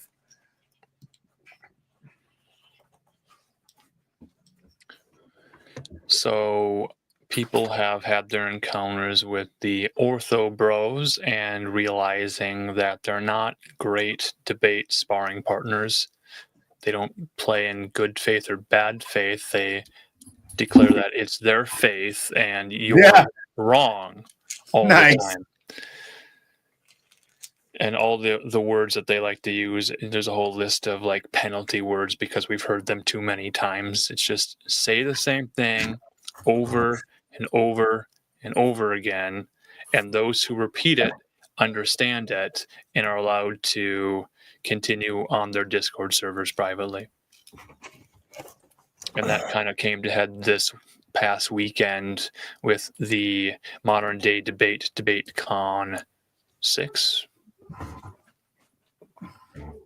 And that was a photo we were looking at of people who were in the photo and then posted to public social media. I wish I would have sent you the one with fucking Rob and Jake Rattlesnake and freaking Andrew, where Rob's like leaned over and his sitting like this, which is just a slight lean. His stomach was coming out and resting on his leg and on the like chair beside him, and it was like pushed up, and it made it like you're like, fuck, dude, how fat are you, man? Yeah, if you've been streaming, 8 to 10 hours a day for 3 years in a row, and this is what you have for it, a clip where you get to say the word sniz with 3 or 4 Z's at the end of it, that's your victory clip? That's how you're going to be remembered by the lefties and everybody else who's not in your far right sort of cuddle puddle pool over there? And what he did classically is called a whataboutism. Mm-hmm. So his defense for you are out promoting, that girls should remain virgins until marriage, and they, blah, blah, blah, blah, blah, and guys should only be marrying these good girls and stuff. You married older woman with a couple divorces, kids with a couple different dudes. You're now her third baby daddy, and you're out preaching this high superior morality, and those two things don't necessarily match up. And his response is, you lick snatch. Well, sniz. You lick schniz is his response. Do you think moron would say absolutely snitch? has nothing to do with the point she just made. It was a harsh point, rough stuff. I wouldn't have said it. I don't do things like that. Like, now Rachel Wilson does put herself out there. Like in that day that on that Sleeping a Tomato where those two were in the chat making complete assholes out of themselves. It was both of them. And freaking so if you're gonna jump into the sprawl, then you've left yourself open to jumping into the sprawl. And I'm pretty sure Rachel's probably had it out with this chick on X and all that before. So it's not like in a normal situation, I would never bring up somebody's spouse or kids. But she in and of herself is a speaker that goes out and stirs shit, talks shit. So I can also understand where that also makes it so she's not so hands off as would be normal. Like, it's not only that too, but it's relevant to her overall point about him being a non-traditional man who is espousing all of these traditional points that he's never lived in his life. Yeah. So how can he actually know what he's talking about coming from any particular stage of, childhood to adulthood, because he's only lived as this, ortho patriarchy, whatever, bro, for a handful of years, especially when it became not even a handful. I think like two or three or something. I was gonna say, especially when it became really lucrative. Yeah. To start talking like that. Yeah, the time was. Has anyone actually ever been to church with this dude? The guy who's a beast dude? Yes, and also Andy. Well, I think they have things called cowboy churches. They have biker churches. There's a church for everybody out there. Trucker church. There's a community for you if you're looking for one. It's crazy. Like so many pastors of churches, they end up having a secret life. They're spending their weeks at, touring around public restrooms and having meth-fueled gay orgies, and then come back and act like a straight down the middle Christian. That was so oddly specific too. Meth-fueled gay orgies in public restrooms. Like happens all the time. Sponsored by a Cliff Bar. It's like the kind of people who want to be up in church and tell everybody how to live a proper life. They never seem to be that person. They're just in it for the money, in it for the fame.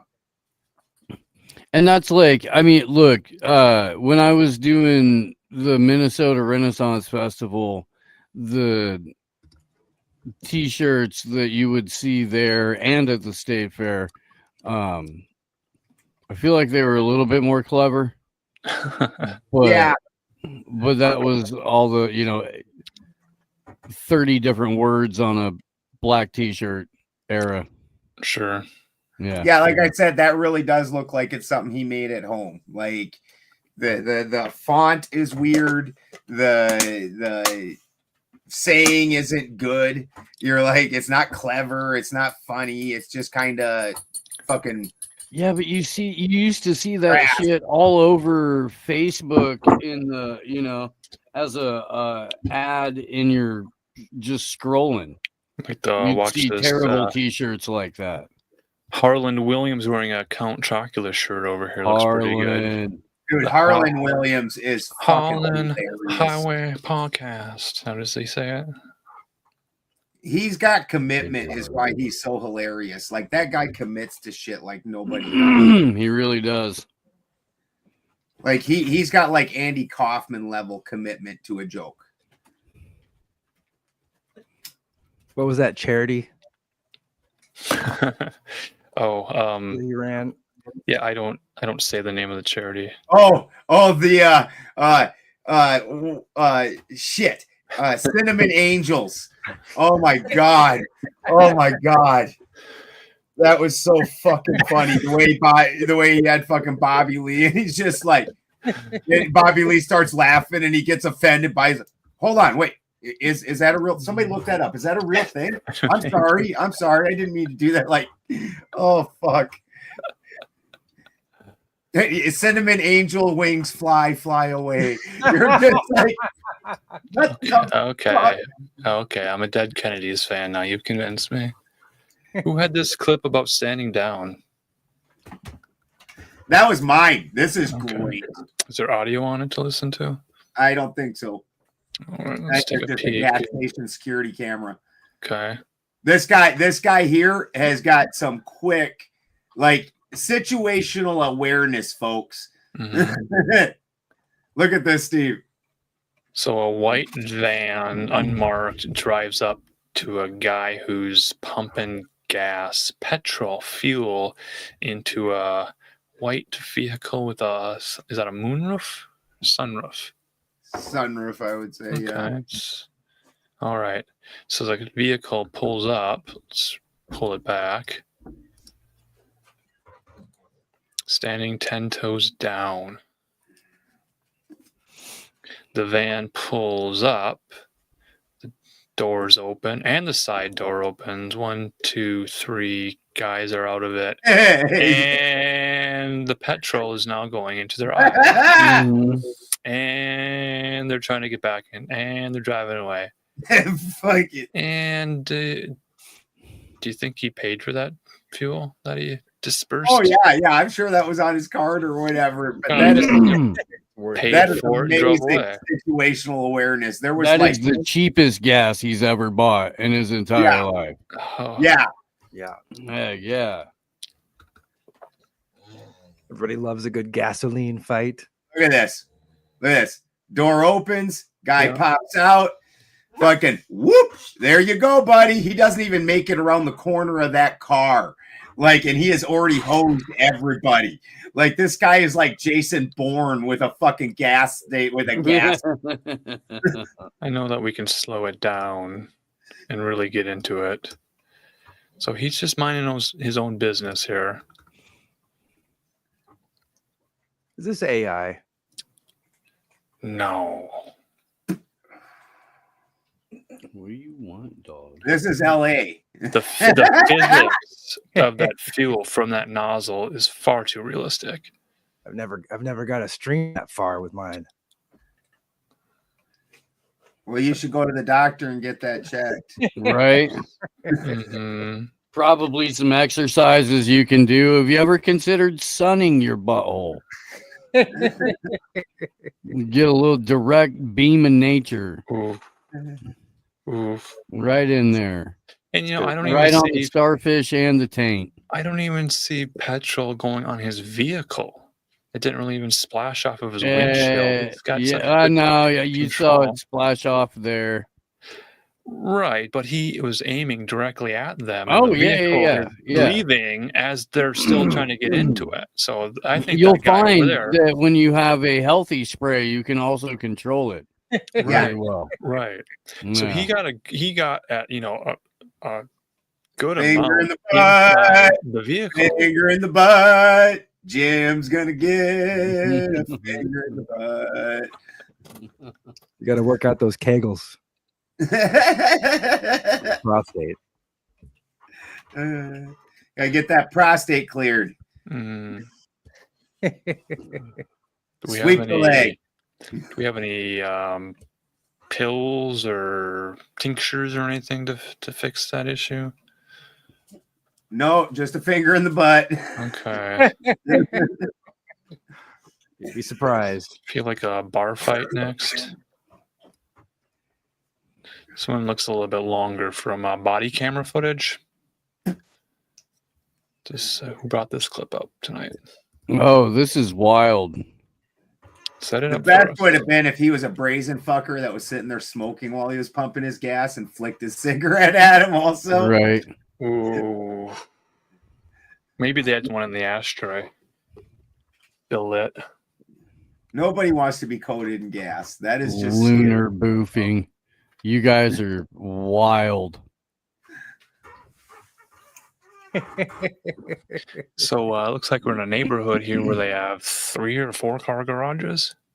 That's a nice fucking neighborhood right there. Yeah, it's Mm-hmm. you got a garage, and then you got like the men's area where you hang out and get drunk. Oh, wait a second. Wait a second. What's in Like frame now? motherfucker is marching with the fucking assault rifle. Fucking. Okay. That's tear gas. That's a canister. So it's like an M203. Yeah. All right. Huh. See? Wow. Yeah.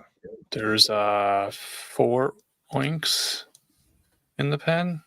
Right. I mean, Did I just in count? frame. Just in frame. Okay. Yeah, not including. We're looking at a body camera. So number 5. Count 5. Just they're just there.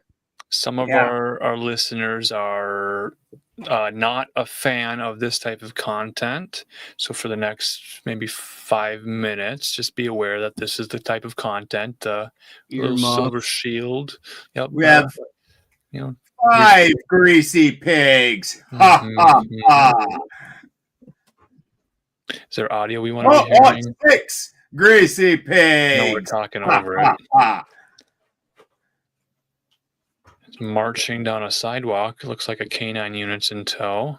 Mm-hmm. Okay, so this is just marching down the street. This is preparation for Grand Theft We're Auto all 6. expecting this to be for Pablo Escobar. So I see a guy here. He's got his hands up already. He's wearing a white shirt. His hands are up in the sign of surrender. He's like, you are all pointing fucking carbines at me. Yes, I'm putting my hands up now. I don't even know if it's for me. Is this California? Do you know? You know, actually, this is goddamn next to you, Marcus. This is fucking St. Cloud. Is this? No, I think okay. Is this St. Cloud, Florida? Closer to Kissimmee. This is. There's no way this is not a Minnesota lawn, and we don't have palm trees. Well, we do have some palm trees in Minnesota, just not planted next to a home like this. I think this it might be Florida. St. Cloud, Florida. I did not know there was a St. Cloud, Florida. Is there audio we want to turn on for this? Killer? Or was it an innocent guy in his home who was the civilrightslawyer.com, John H. Bryan Esquire. This guy's got some pretty good videos if that's the type of thing you like watching. Makes me so mad. Yeah. Some of the videos he has are just infuriating. Mm-hmm. I can only take them in very small doses, or I walk around all pissed off all day. Some nice artillery there on the shelf. Some Civil War stuff, perhaps. Kind of a musket, duel, perhaps a dueling. Yeah, that might be older. Dual pea shooter. So what's John H. Bryan saying? wasn't under arrest, and they just had some questions for him about a bar fight earlier in the day. Get on the ground now. Get on the ground. Get on the ground. You're going to get bit. Get on the ground. He's getting on the ground. So that went from calm to attack dog. There was no calm. They were marching down the street like a SWAT team. Well, he's And approaching. One old man after an alleged bar fight. So he was seen with his hands up, and then they ask him to meet them in the middle. Yeah, they're acting like he's being some kind of aggressive dick. He came to them, tried to get on the ground, had his hands up. Like this is what they do, straight up. Yeah. And people want to pretend like, oh, you should have just obeyed them. This is what obeying gets you. He's like, I'm going to let my dog bite you, and you good luck with trying to get anything out of that. They have fucking immunity. So the day after, little bar brawl, they just got a little bit rowdy, and they knew his identity and they knew his location, so they planned to bring 6 of their friends and dogs to visit him. He looks like a rough one too, I tell you. It's like maybe a Sunday morning or a Saturday morning after a night out drinking. There, were they about to foil a terrorism plot, armed and dangerous fugitive, escaped serial killer? Or was it an innocent guy in his home who wasn't under arrest and they just had some questions for him about a bar fight earlier in the day? Get on the ground now. Get on the ground. Get on the ground. You're going to get bit. Get on the ground. I will get you. Thank God we're going to need EMS. Bail the dog bite. So they're calling in emergency medical services to St. Cloud, Florida. There it is on the patch. Because there was a dog bite. Yeah, like as the guy's trying to get on the ground, and you see the grin on that dude's face when he heard it, he's like, "Yeah, sick the dog on him." Oh boy, this guy here, look at him. Yeah, that's an interesting way to rest your wrist, right? Very Newsom-esque. Mm-hmm. So did they pixelate out the dog to protect the identity of the dog? Yes, you don't want oh gosh. I was just dying to unleash that dog on somebody. Wager. I think that's the dog's name that they say. I think they said his name was Wager. Wager in the video, yeah. Okay. There's more to this. I will get you. Thank God we're going to need EMS. Bail the dog bite. See that? That's not, yeah. Sick the dog on him. Awesome. Yeah, this is Grand Theft Auto 6 in real life. They have the helicopter overhead. They have the police wearing casual caps. Every dude like that should be have a short rope and a tall tree right next to the courthouse and should be left out in public view for future assholes like that who have been given authority over the general public and abuse it to understand what their ends will be. And they would stop acting like that so much. Well, there's more to the video. What else happens? Does it get better? 3/22/2024, so March 22nd in Florida. This guy's going to be paid well. We're here to get your side of the story. I don't know what happened. There was a guy sitting there, and we was drinking a drink. And, drinking some drinks. I got told that. So there was that guy's got no teeth. He did not get his teeth knocked out in this fight. Those teeth were gone before the fight started. So your guaranteed dots on your 5 o'clock shadow for you before you go to work every morning. Yeah, that's very important. And then to continue the line down where the neck is too. So it gives that. That guy is a Wookiee underneath that shirt. You know that guy is just a Wookiee. Oh. He took a dookie under his shirt? Like fucking, he is Sasquatch. He is a shaved Sasquatch. Maybe you got hit. No, I didn't get hit. Would you be willing to write down a statement? No. Are you sure? No. And all they had to do was not willing to write down a statement. Is that a good thing? Said he never got hit. No statements, nothing on the permanent record. So there was an argument at a bar, and that was attack dog. And carbines and fucking gas cans and all that worthy. Mm-hmm. That's amazing, and that did not look like the ghetto. No, it's a nice neighborhood. St. Cloud, Florida. Is this later outside the bar, the Breeze Bar? Not sure where they're. Is this the other guy? This looks like a second guy. So the first guy got bit by the dog. This guy here is. Not even ever said he's if the first an uncooperative witness. The second guy. Okay. Yeah. Would you be willing to write down a statement? No. Are you sure? Really, yeah, no. And all they had to do was continue to do a reasonable, normal police investigation by contacting the one person that they had not gotten a statement from yet, the person who, of course, was the victim and who was defending himself. At least that's what the courts certainly determined, or the prosecutors determined when they dismissed the case.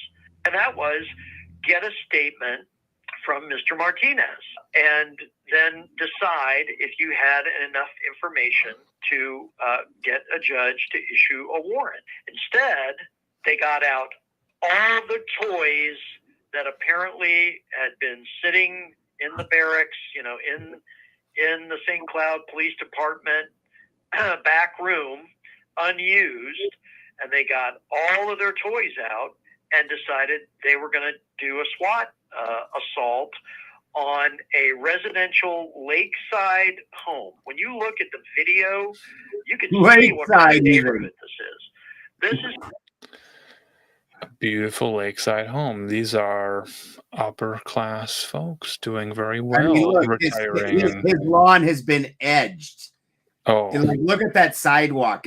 Somebody has went by that with an edging machine, even. Mm-hmm. Green grass in March. This is not Minnesota. This is Florida. Wow. It's not a crack house that has guns pointing out the windows. To be clear, they did not have an arrest warrant or a search warrant when they showed up. No, they didn't. CivilRightsLawyer.com. Huh. Yeah, no, his he's an actual lawyer. In a lot of the cases that he shows are his, and he goes through the actual laws of things. Really, really excellent. I mean, if you're into that kind of thing, Well, it's hard to see Wager the dog forced to. You just gotta like how he was actively getting on the ground as he's like, get on the ground, the dog's gonna attack, and then he lets the dog go as the dude's doing what he says. Yeah.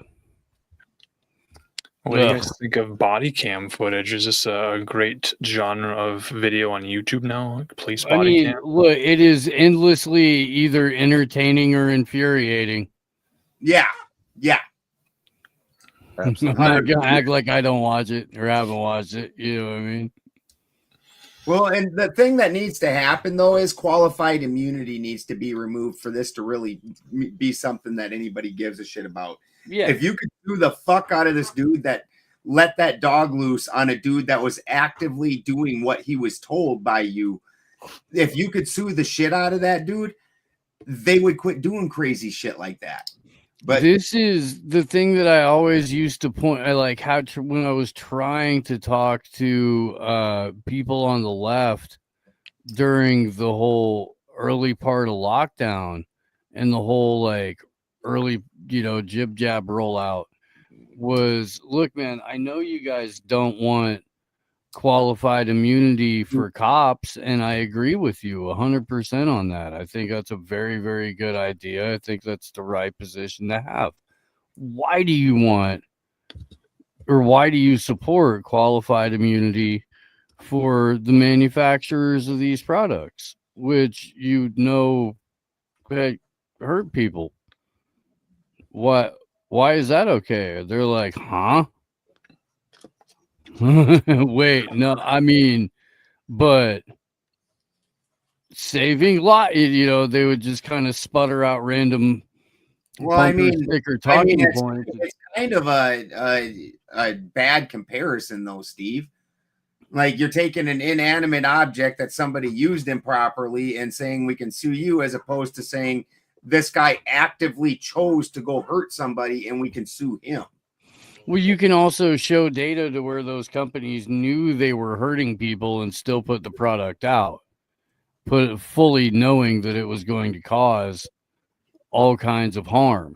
Like, are we talking about the big tech companies with the social media? Pharmaceutical shit like companies. what we're talking about? Drug companies. Pharmaceutical companies. Drug companies. Yeah.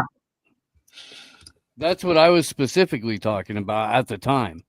That was the comparison I was using. Yeah. There's really Like, not. you don't want qualified immunity for this one set of proven murderers, but you're okay with, the immunity for a different set of proven murderers. Like, I don't understand that. Yeah, no, I get what you're saying now. That definitely the things that the pharmaceutical companies have been allowed, given carte blanche to do, is absolutely insane.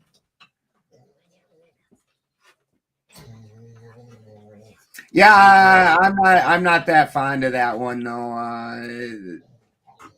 I prefer to leave them swinging. I like that one better. Yeah. No, I mean, look, I don't know what happened to those cops. It's usually you get a month paid leave while you go take a couple of classes on how to turn off your body cam, or, maybe don't lead with dog attack. Maybe it's a jungle save out that. there. Guy with the dog shouldn't be the first guy in.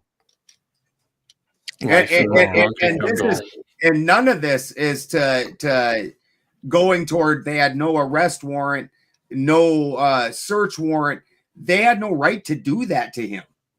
So, like, while they were walking up, the only thing that they were qualified, that they were really given leave to do, was go ask him if he would answer some questions. And they came up fucking straight up, SWAT geared up, turned the dog loose on him as he is fucking actively following their orders. And the thing is this is just a thing that happens a lot.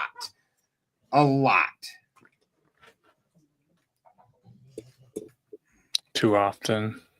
Yeah, the pharmaceuticals are a different class of product. There definitely is an argument to be made with that one, because you're given that by your doctor.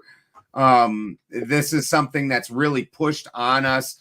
It's not the same as like a two-way argument, where they could say, well, the Winchester has immunity from being sued and blah, blah, and we should be able to sue them. Well, that's not the same. Somebody picked up that tool and then went and misused it the same as that pig was. This is hilarious. But the somebody should be held to account for the damage the pharmaceutical industry's done to the country. There's no doubt about it. And to give them immunity, especially the vax people. Well, this last set of vaxes that came out, they didn't even do tests on. The public was the test.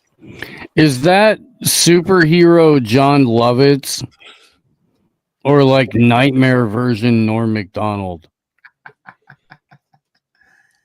I'm not sure. Just one of those images sent in from an anonymous viewer. Okay. Yeah, those police dogs should all probably be put down. That's not because I think it's not so much the dog's fault. The dog's been trained to do that, but those police dogs like that are just nasty attack dogs. Just all around. I've seen them almost bite the cops that are controlling them. Like they're just trying to attack everything. And my mom's husband, he bought one and brought it home, and that's I've only been bit like 3 or 4 times, maybe 5, by dogs. And that was one of them, and he got me good. I was just going up to pet him. I think there's a good dog that got to Mr. Wilson there earlier, and I have another video from her that I showed you guys. Remember, where she compares herself to a dog in some ways. Do you remember that video? I don't know if it has sound. I'm not sure. This video. This is She a pit bull. She Right. proved that in that debate, didn't she? She got him good. Mhm. Got him all kinds of hurting his feelers. Indeed.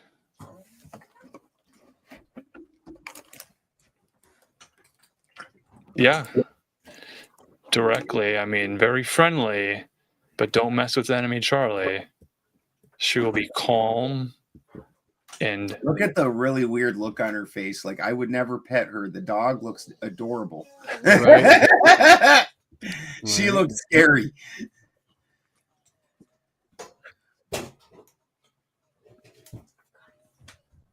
Like, why were you ever sitting in this position to notice this about yourself? I don't understand. save the bees. Pretty cool stuff. We got a manga fight video against the Antifa. The anti Dude, these fights videos like this, it's hilarious. It's similar to like, because I grew up in the Pantera age. You know, you went into a mosh pit, you were taking your life into your own hands. Like, you were definitely about to get some broken bones. And then late in my late 20s, my wife took me, well, her sister wanted to go to Good Charlotte, and she wanted to go to things like that. And you saw the mosh pits that these kids have, and you're like, oh, the little push pit thing. Yeah. That's what this Mm. fight reminds me of, is like the Good Charlotte version of a mosh pit. like a music video filming sort of fake fight. Is that what we're gonna see here? They all have their selfie sticks and their ring lights and their camera mounted, their head mounts. They are there to stream it. They're not there to fight. They're all streaming each other while they're streaming. Do they say anything interesting? They got those tiny microphones that they like to hold. They might say something. Let's hear what they have to say.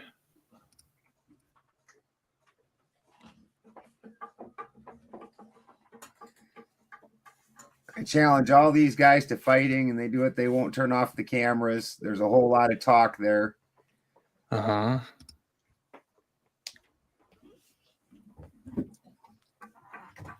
I remember when the progression of this, because when I was a little kid, if you wanted to fight with somebody, there was like one round of name calling, and then you were throwing fists, and then it went to you're going to push each other a few times and then get into a fight, and then it was a 3-minute pushing contest, and then the fight that was the fight somehow, and you're like, and it's just progressively gotten less fightish. So everybody's going to Charlie's house to poop? Like, I feel like at this point in time, if I actually punch somebody in the jaw, the whole thing would stop and both sides would yell at me like, dude. Greg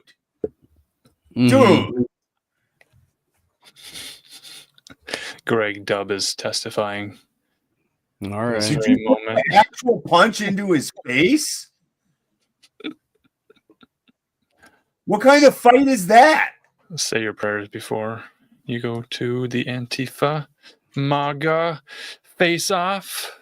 I like how the only way you can tell which side is which is because the one side, it's like masks and no masks. Uh-huh. Masks and unmasked. Like it's late in the year. It's late in the year. You don't want to go out in shirts and skins. Right. Mr. Muffled Mouth Man. Whoa.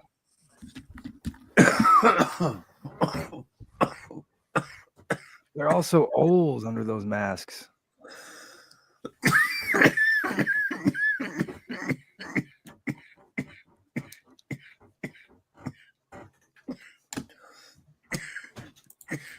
Whoa, hold her blonde hair back for a moment. Wow. Who's wearing the outfit there? Is that a polka dotted magenta outfit with one of those rainbow Where do you stripes see polka dots from? on the black, the little black dots polka dot? It looks like watermelon. Okay. What kind of party are they at? I don't know if that's an Antifa or a MAGA or just a bystander in a costume, because they've been wearing all of these sorts of costumes at all these mostly peaceful protests. Where is this fight happening? In Portland? Somewhere in Portland? Jim, is this a location you recognize? No, it's not. Thank God I don't remember much of Portland. You don't remember Charlie's house in Portland? Who was the guy, Charlie, and what was the other guy's name? Chandler? Just Friends fans meet up? Charlie and Chandler the Legendary? It's Gimps versus Chins. Gimps versus Chimps? He got this kid got a bunch of good shots during the when the riots were going on down in LA and everything, like the ICE riots. In the approved riots. He got a lot of really good footage.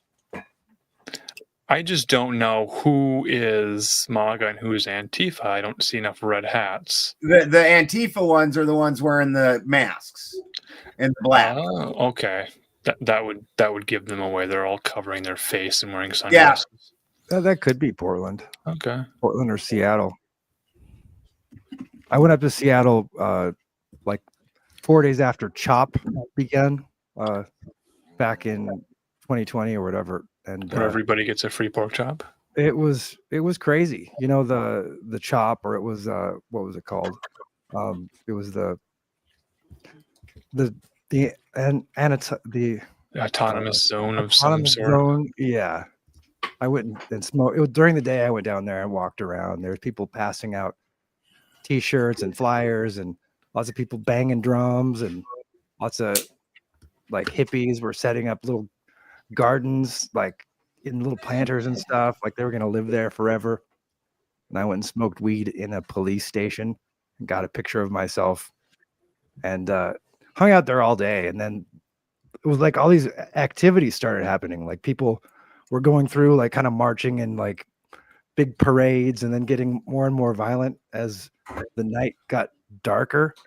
And like as soon as the sun went down, the tempo of the drums changed to like a really wild, like really wild beat, you know, like jungle beat. And everything totally changed. The tone, like it got dark. It got like, it like totally amped everybody up. All the people that were around. Stuff. Nothing will like drums. Yeah, the drums. It was insane. I got a bunch of video. I got to go find that. Oh man! Brought a camera and filmed till I ran out of batteries, and then my phone also. I stayed till like about 11:30, and then I was like walking back to my car, and I hear like guns going off, like right around the corner. Somebody got shot just like half a block in front of me. Oh no! I was walking that way. Somebody got shot on the ground. Was that? I said that's hectic. Yeah, it was pretty hectic. I was like, it's time to go. Did you use a selfie stick to point the camera at you? If you are offended by salty language, don't watch this video. Oh, this is a Steve provided clip. Very salty language on this video. So we have a guy doing the thing where his mouth is wide open and he's pointing at something behind him in that sort of look at this. Living the meme. Right. Is he in a Kinko's?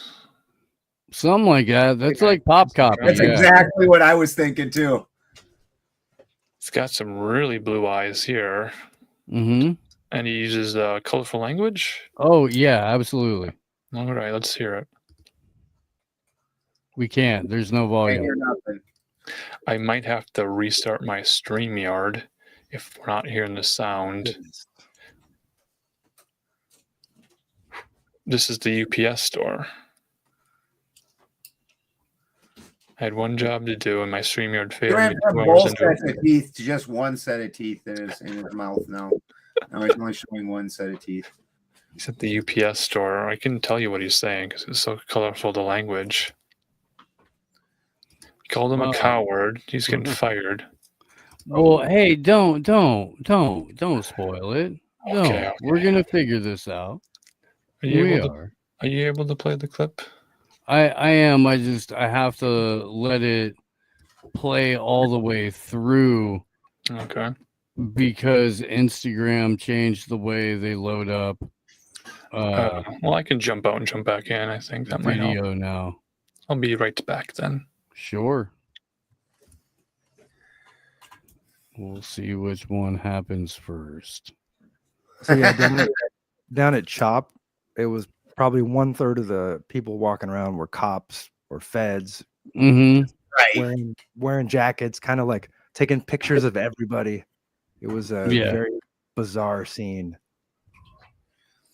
I feel like it's very much like what this whole letting people back onto social media and letting them say things that they weren't allowed to say 4 years ago. To me, it's almost like they're giving you enough rope, they're just marking down who does this shit. It's very 1984 to me. They're gonna group. They're just using this time to group who needs to be grouped. Oh yeah. And they totally abandoned like a really trendy part of town, like, fancy watch shops. Everything was just abandoned.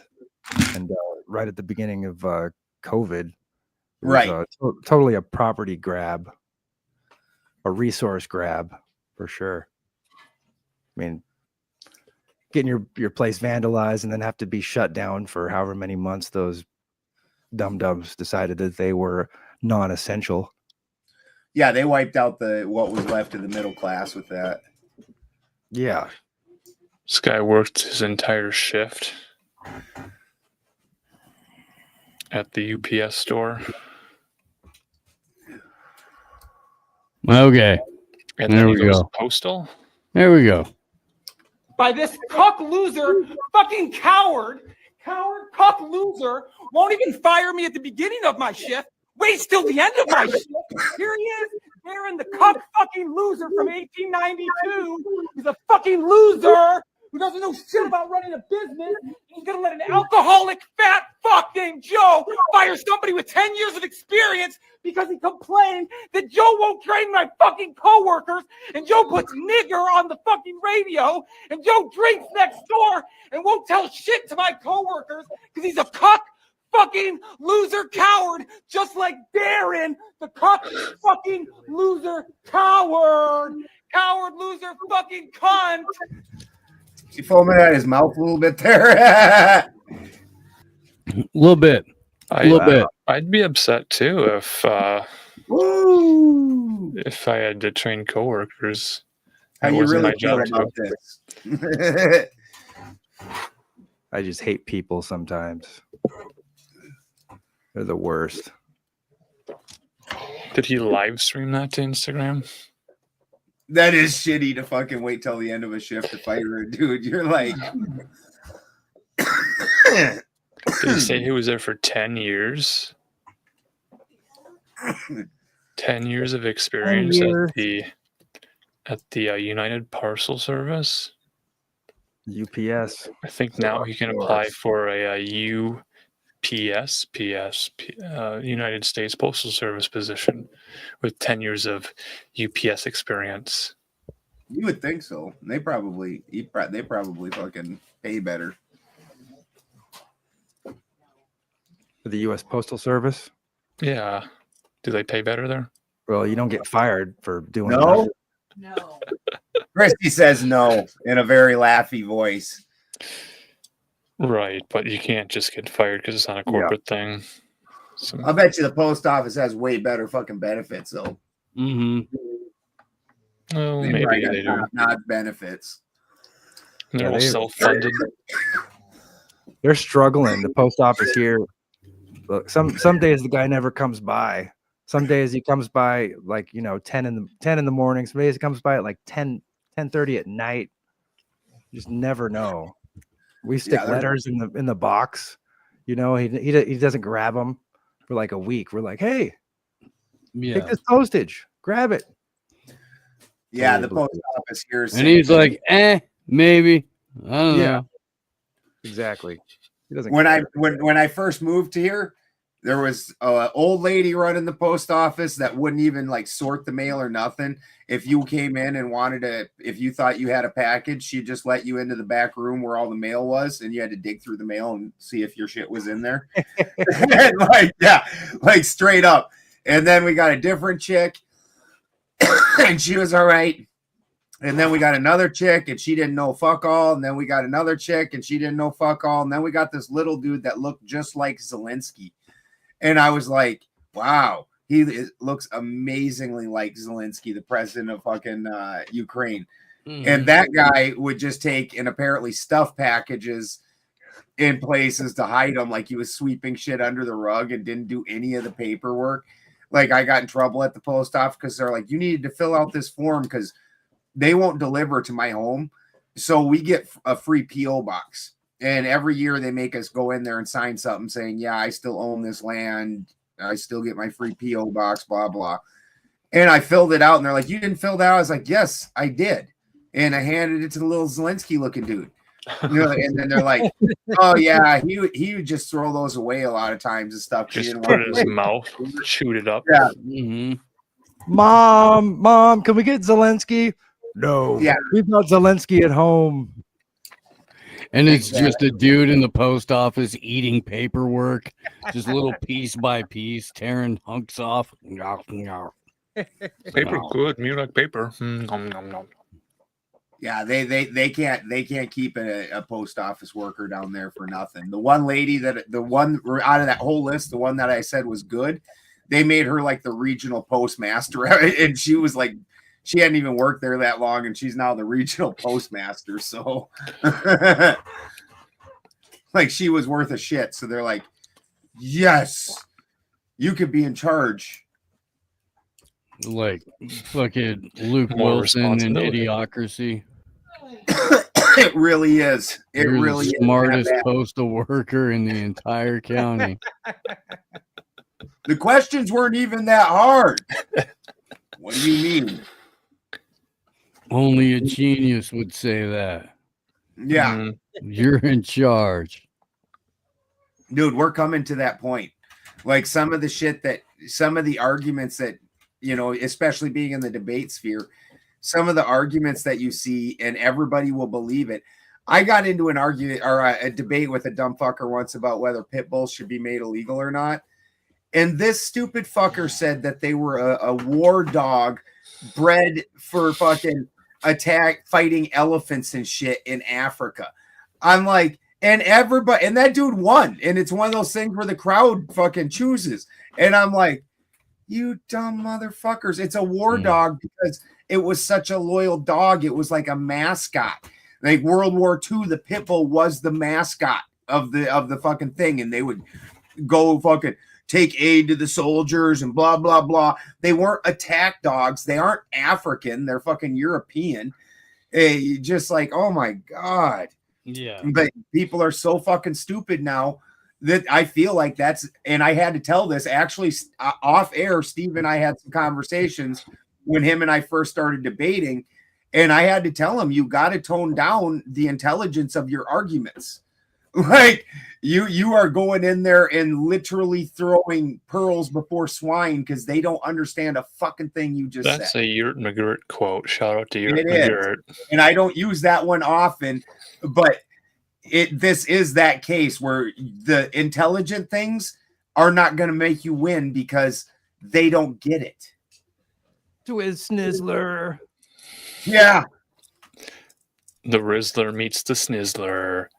Who's in the ditch? Like this is part of why I have a hard time in there. I feel like I've got to give a history lesson before I can make my argument because they are lacking the prerequisite understandings in order to even understand the argument. Before you can donate to Cinnamon Angels, you need to understand cinnamon. Fly and away. angels. Don't forget the fly away part, Marcus. Oh, this is an important. Away, old glory. I'll pledge allegiance to the This is an flag. important cause, not something you just whimsically fucking make nicknames about and start chopping the name up. Sorry, I got a little bit lippy there. Right, you should.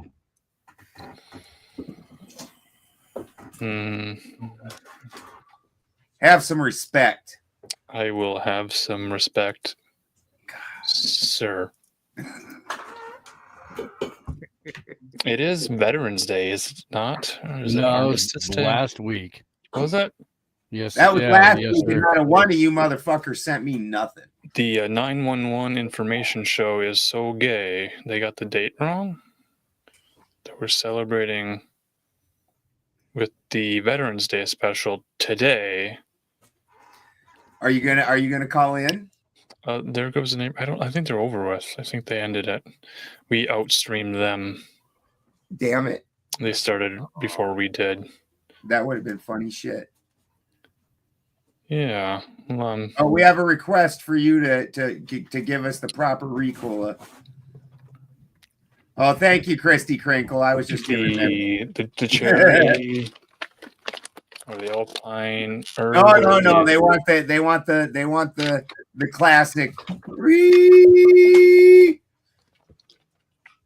Isn't it a little bit lower, like down there somewhere from the gut? Let's hear it. Let's hear it. Give it to us. Did we get a super chat? Like you're a high value man. We want to hear it like you're high value. Did we receive a super chat for this? Oh, he's got a valid. We didn't get a know, super chat or a sticker or nothing. Wow. Well, we did get a membership from Christy Crinkle. Christy Crinkle, but she didn't ask for it. It's true. If she would like to hear, say the word. For everybody that doesn't know, that's Pink Hand Wave. I'm always talking to Christy Crinkle at that point. Does Christy Crinkle want to hear the Alan Marcus Ricola? I'm not in the Swiss Alps at the moment.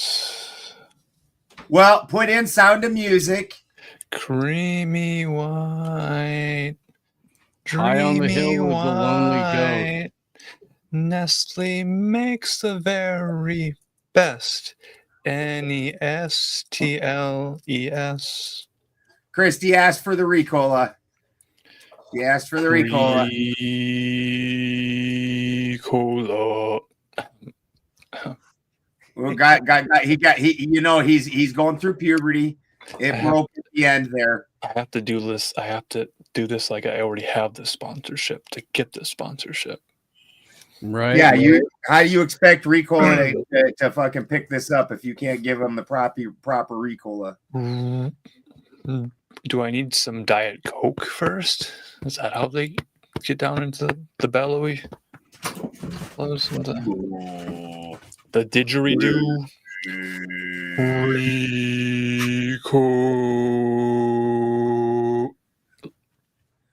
It's hard to get that third syllable in. I don't have that debater mouth where I'm able to speak really, really fast.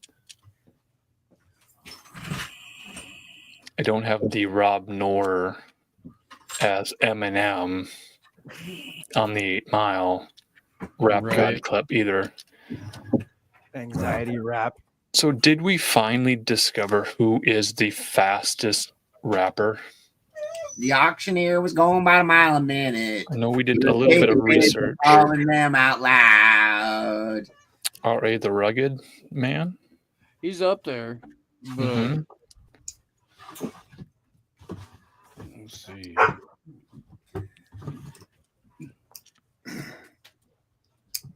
I'm just the name is slipping me for the moment. I have such a vast catalog of rap knowledge that it's taken me a minute to work through that. You know, this is terabytes of rap. You're more than Johnny Mnemonic can handle. Yeah, I didn't get the doubler. I lied about that. I didn't get it. Now I'm leaking brain juices. I need an iced tea so that way my dolphins will fly. Ice Tea. What's the other T name? Rapper. Ice Cube. Ice Cube. Pusha T. Yeah. So, title of world's fastest rapper in 2025 goes to Crucified, who achieved a speed of 28.9 syllables per second.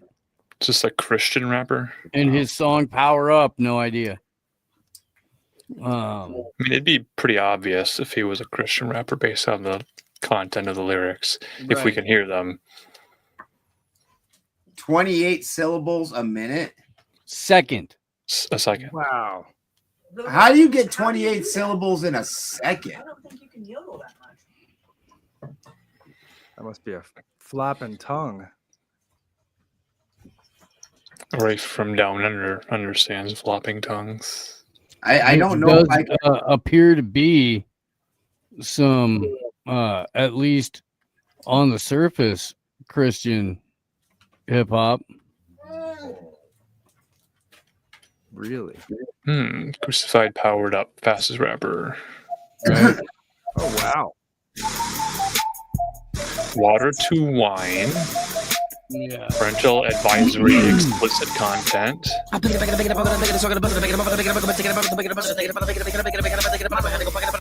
You what now? That's how you speak in tongues. What the fuck? Did they put that down on like quarter speed so they could tell that was words? There is a slowed down version.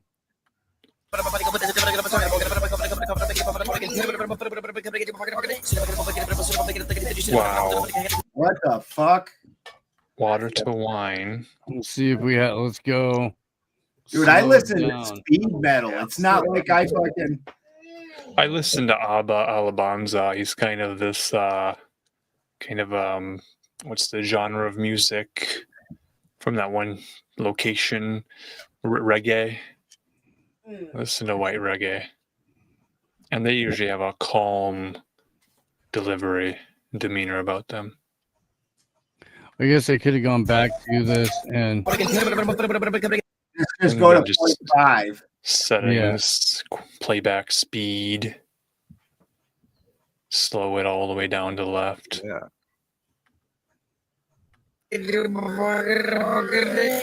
Whoa. And that's that is how that folks is how you summon Beelzebub. Right. That's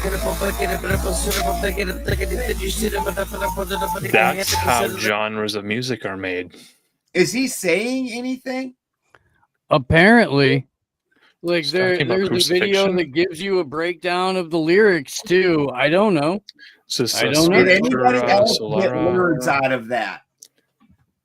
Oh, man, if we would have not made enemies of all the ortho bros, they might have been able to give us a dissertation and exegesis. I feel like on the real theology. old at this point in time now. That was a summoning of two of the lesser demons. That's a classic mistake there, Steve. If he had consulted the Goish as more practiced occultists would have done, then he would have realized that he needs to surround himself in a circle of salt before doing these things. In a circle of snow. Which, I mean, hey, you're never going to see ortho bros surrounded in a circle of sniz. So, why not? That is the one thing that's the one thing that they are allergic to. Right. That was the best. Like I said, that when I hit Rob with that joke and just the confused look on his face, like My wife doesn't watch the show. My wife doesn't even watch. Why would my tongue moving fast make a difference to her? I understand why she would like that. I always talk fast. I talk fast to my wife. She doesn't seem to particularly get excited about it. I don't know what to say. Why would me moving my tongue fast make my wife happy? I don't understand.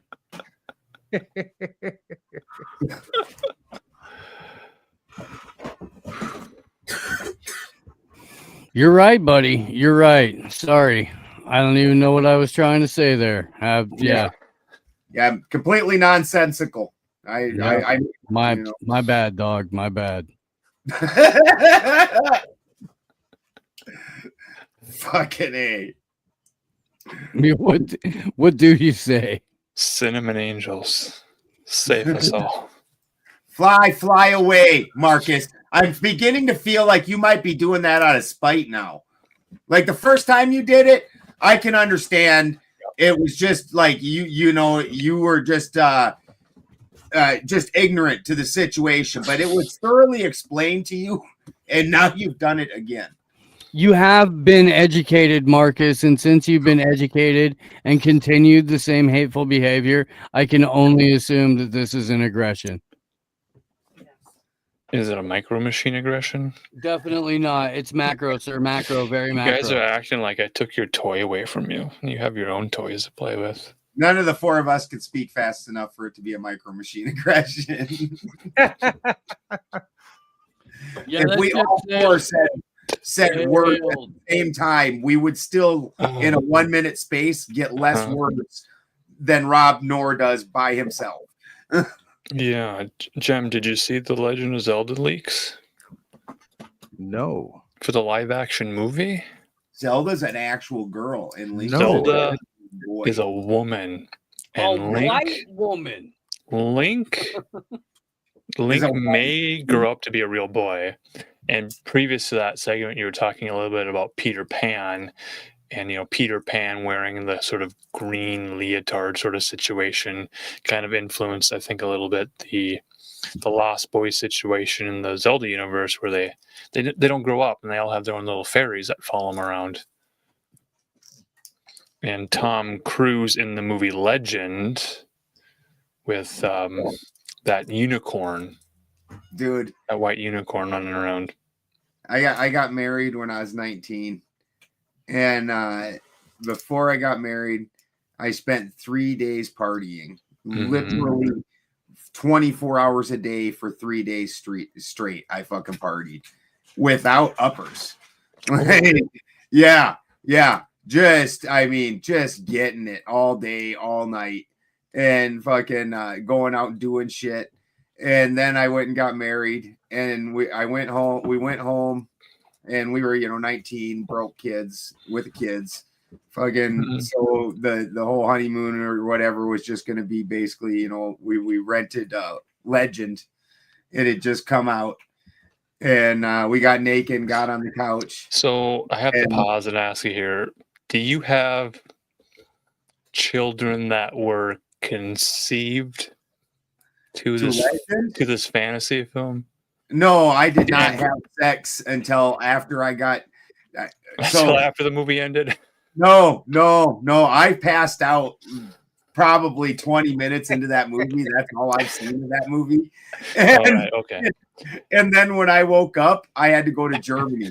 I slept because I had to go to Germany the day after I got married, and fucking for the army, because it was I was attached to an ordnance unit, and so for the Iraq War, I didn't get sent to Iraq. I got sent to Germany because that was the closest base where we could drop ammo from. So I was sent over to Germany rather than Iraq. So I had to go to Germany the next fucking day, and I didn't actually complete the marriage, in the traditional sense, until I got back from Germany, like a very long time later. Then you rented Legend again. No, we didn't rent Legend again. Was it Labyrinth? I hate Labyrinth. I hate Labyrinth. Yeah. Well, I'm looking forward to any new Labyrinth properties, I suppose. And I don't No, know that Labyrinth didn't come out for a number of years after I Am Legend. Or Legend, I mean. the Legend with Tom Hanks playing the Link character in the little green tunic running around. Not saying a whole lot. You're forgiven, Christy Krinkle. Girls are okay to love it. My oldest daughter, who I love dearly and is the apple of my eye, she loved Labyrinth, which is mostly why I hate Labyrinth, because that was in her phase. All kids go through a phase where they watch whatever, they pick something, and they watch it incessantly. Like, right. And I believe that if Sony and Nintendo take their time and do this Legend of Zelda film correctly, that it could become the Labyrinth film for a new generation of young people. And I don't know. I'm Scottish, sir, not Irish. I don't know if the people who played the original Nintendo Entertainment System Zelda game, on the gold cartridge, you blow on it, you put it in. How many years ago was that? Now they have children. Are they going to be more excited about this movie than their kids are? Yeah, 100%. Do kids even know what Zelda is? Although, okay, so Christy and I met at basically our work. We weren't employed there, but she was doing massages there, and I was selling crystals there that were my crystals. And the store itself sold all kinds of like metaphysical type store items, and then also swords and knives. And one of their big sellers was Zelda swords and shields. So, like real metal replica swords. No, they certainly weren't battle ready, but definitely real metal. Did they also have the little flutes, the ocarinas? I don't know enough about it. I didn't ever really get into Zelda. Like my video game arrow was very short. I've still got the Nintendo 64. Yeah, I bust it out every now and then when the grandkids are here. Beautiful. Do you have Star Fox? Yeah, we got Star Fox, and we got Mario Kart and Bomberman. And Bomberman 64? Yeah, I got that. That's a cool game. The original. Did anyone thank Lion Ship yet? Not yet. We were hoping you would start the Thanksgiving Day celebration. Oh, wow. Lion Ship, big 50 we didn't bones know that here. that had happened. Holy shit. Thank you, Lion Ship. Nice. Thank you very much. Double round of applause there, man. Appreciate you. Wow. Yeah, Marcus is working on a video for such things for Lion Ship, and then one other gentleman. We just haven't settled on the song or the wardrobe. Let's get some W's in the chat there. Yeah, get it. All right. You know it. It's Marcus. He's getting it. High value. I've got some fruit you wouldn't believe, and I'm prepared to review it. Oh God, that fucking like it must have been 20 years ago or something. You looked so much like Trevor Moore. And you have I can't remember it was the same exact fruit, but you were making this detailed comparison about like two kumquats or some shit that you had. Probably an apple pear. No, it was the exact same fruit, but one was organic and one was not organic. Right, yeah, the differences between organic fruit and non-organic fruit. And I was dying. Like, you should have been on White as Kids, I should have been, but I had other plans. Yeah. Are these videos still available? Oh, I hope at AlanMarcus.com. Oh, hi, buddy. So, Jem, who do you want to see in the Labubu movie? Why did that not come up on the little thing over here? That's what I was wondering too. I didn't see it come through. We I would apologize say, for not noticing that right away. And like I said, we're gonna make a special video. We're trying to get our tech figured out tonight. We're doing a concurrent stream for those who want to view in a vertical format on their mobile devices, which is a lot of people, actually. It's a huge percentage of you people. Yeah, we're testing out tonight. We got the vertical for the people on the phone because when we looked at our stats, it seemed like about 50% of people watch on their phone. And then it broke down from there. So we added the vertical. We're also going to do a whole bunch of other things. Jim don't know about this yet because Jim is still kind of toes in, toes out because he's got a whole bunch of very important stuff going on. Can we even talk about this around Jim? As far as I know, he doesn't even have his bottom rocker. Yeah. Well, I've got a bottom rocker. Jim Jones, or who's the guy who's got the locker on the bottom of the sea? But we're gonna kind of shift gears and try out some new things. You guys thought we were manual transmission. We're not. We're automatic. We're automatic, and we're gonna try some new things. We're gonna bring in a lot more production into it. We're already working on it. Like I said, we haven't talked to Jim about it yet, but that's just because Jim was busy doing construction work like a man. I already know. It's about the sunning your starfish. Yeah. Fingertip on the prostate. We did. Yeah, we're organizing a men's retreat. That's the big news. A sun your butthole men's retreat. We're gonna be a barbershop. We wanted to wait till the first of the year to really announce it, but I feel like it was a little imposing. But now that we're here, we thought just for the members, we could do like a quartet song out of our sunned buttholes. It's obviously barbershop quartet. It's going to be more of a acoustic, yeah, like a barbershop quartet, only wind instruments. Right, a barbershop quartet. Where does the wind emerge from? Yeah, we're gonna eat nothing but lentils for a week. Right. Well, that way we can. Balderson's baked beans. We'll have 3 days of feast. Oh, I've got a name. How about the lukewarm Ortho Bros? Okay, I'm writing it down. Watered down Christians. Lukewarm.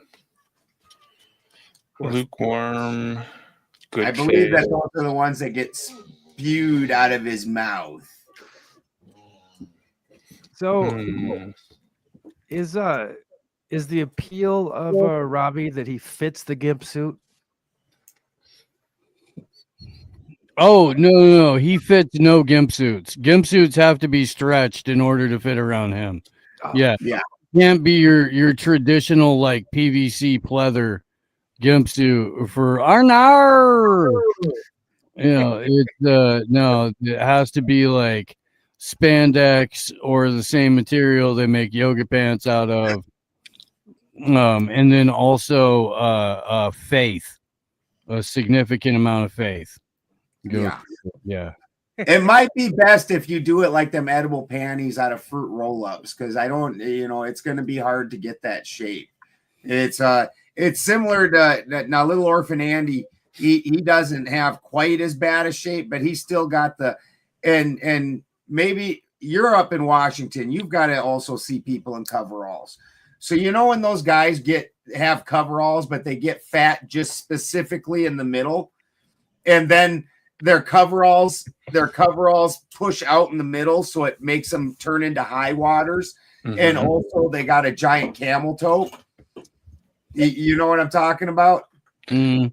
Oh, yeah. I'd love to be sponsored by Henley. Helly Hansen. That's the way Andrew fits in his coveralls. Like he did a video with Jake Rattlesnake, Andrew Wilson.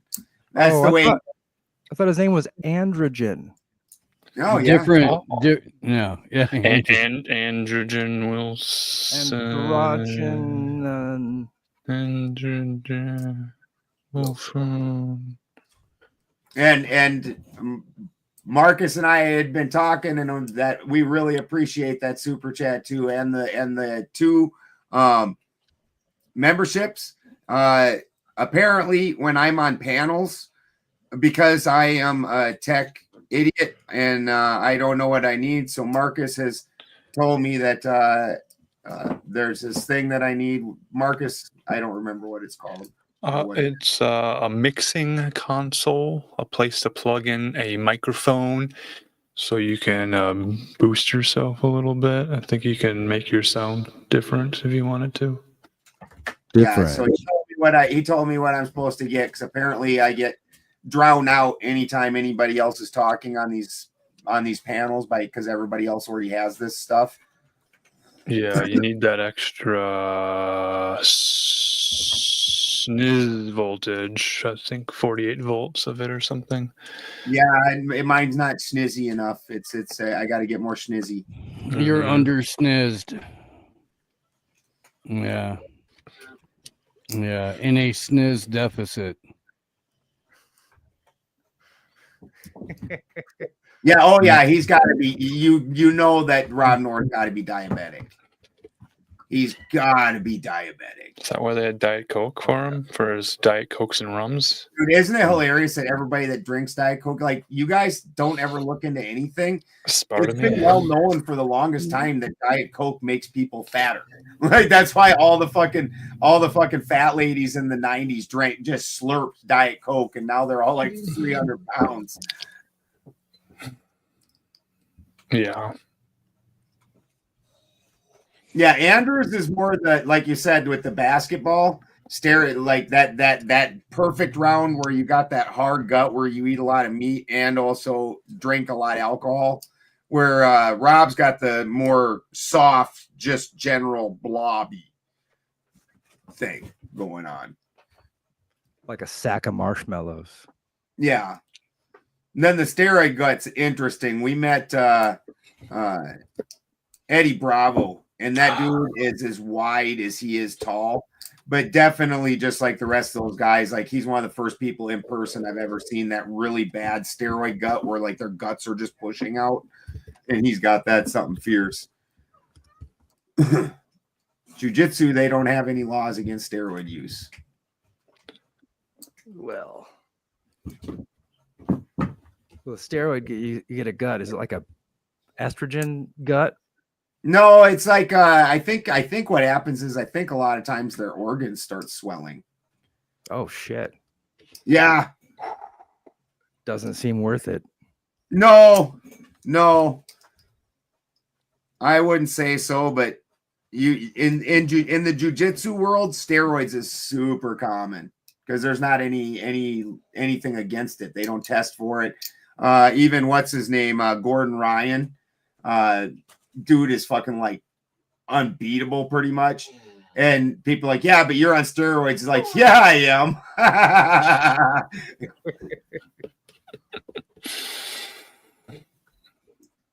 Is that for some sort of infection? No, it is to make you much musclier. It's also to make you very angry and your nuts straight. Yeah, and you get this weird aggression where you pull out your penis and shake it in a circular motion at people. So that's the one clip I didn't bring up tonight. Oh, yeah? I was just going to ask, were there any other clips that we had queued up? And there was... You talk about that one with the chick and the little brown dude that just starts pulling his wanker out and just starts wanking? There was a white woman who was showing a little bit of inner thigh above the knee. He just pulled it out and started getting it. Like, hey!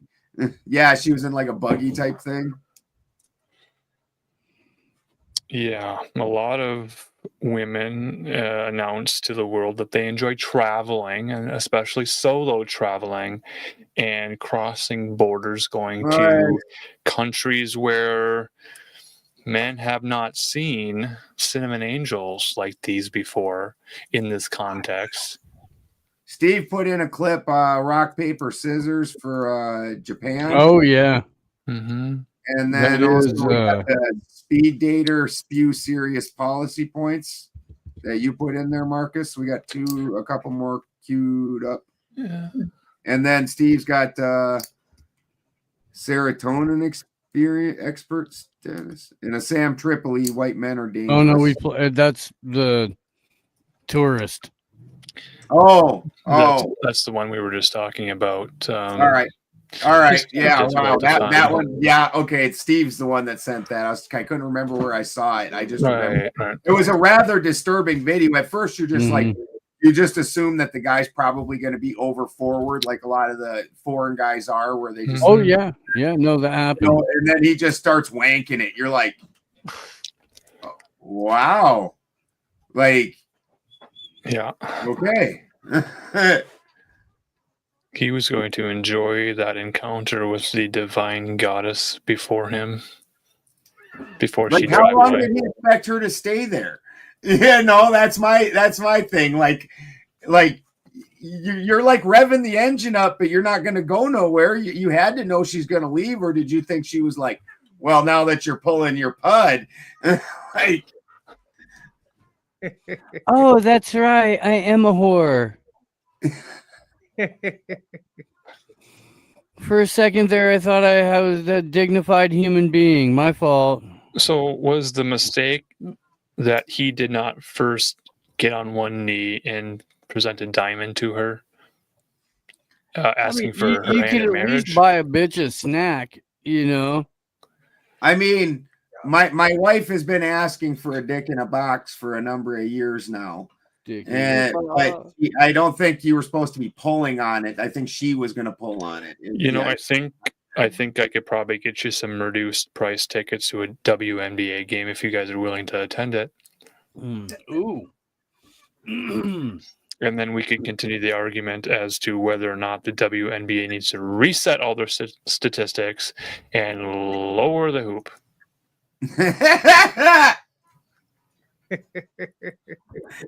Shorten the court a little bit. 10 feet is 10 feet. Put up the bumper rails. Maybe pad the floor a little bit. Instead of a basketball. I'm not talking about turning tennis into pickleball here. You kind of are, though. Well, that's debatable. Make the floor a trampoline instead of a floor. How about this? How about you don't get to call yourselves a professional sports league if under 15 high school all-stars can beat you? Then that cuts out all women's sports league. You don't get to call yourselves professional.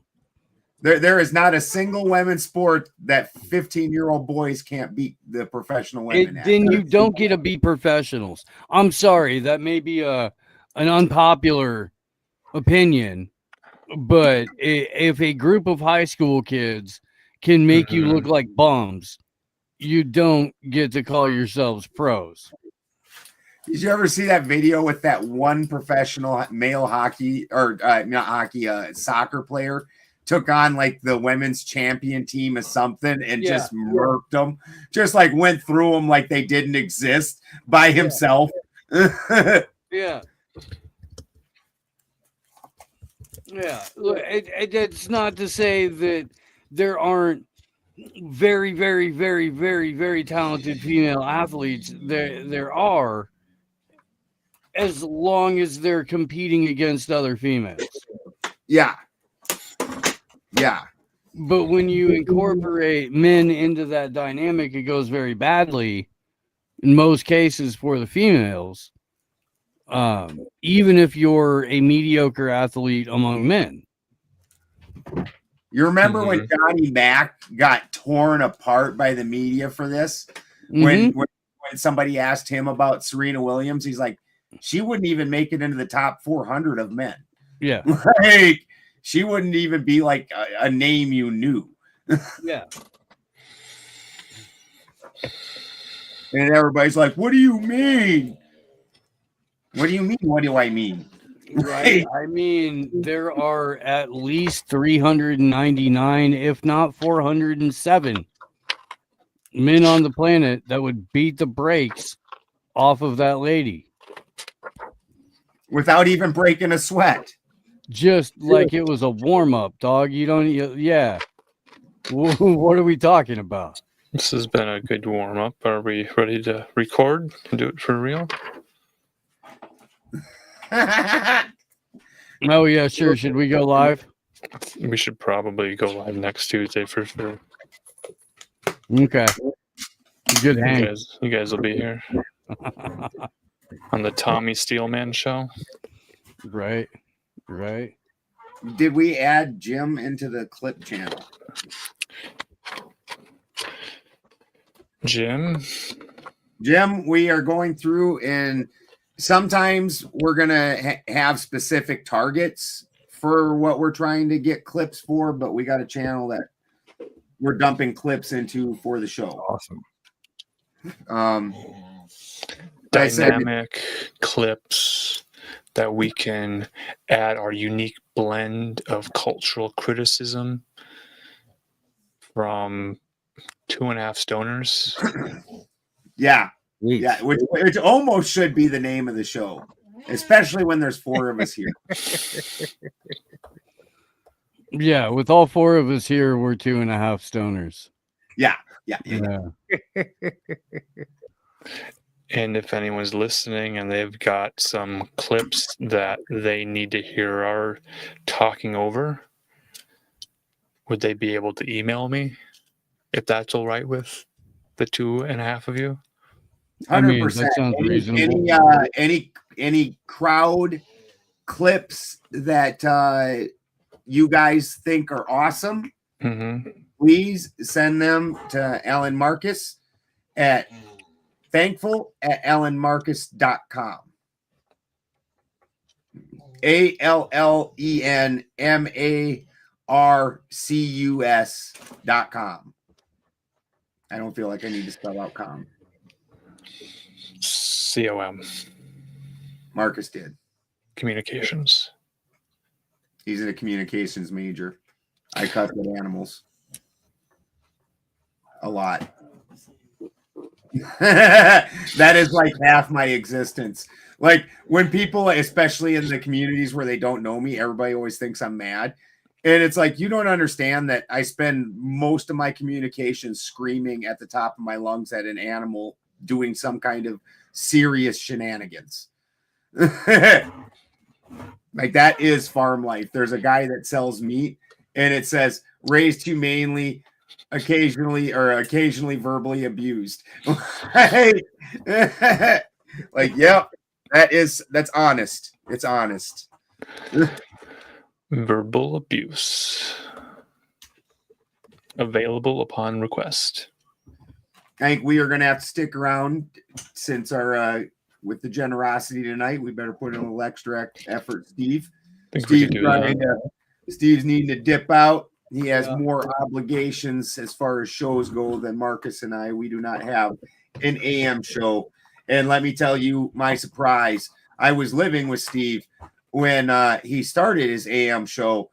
And you can't imagine my surprise because Steve does not like AM. I pop up real early in the morning. So like every morning, there was a couple mornings where Steve would just come out screaming at me, "Why didn't you wake me up?" I was like, how am I supposed to know you're supposed to be up, dude?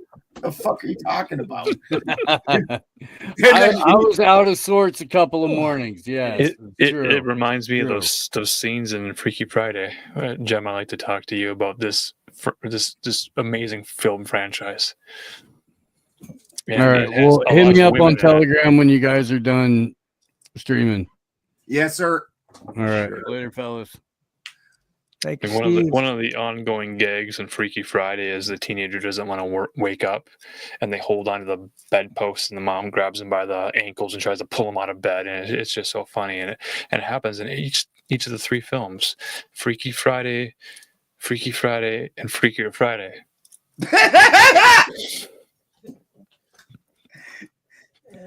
It does make it easier to name that way.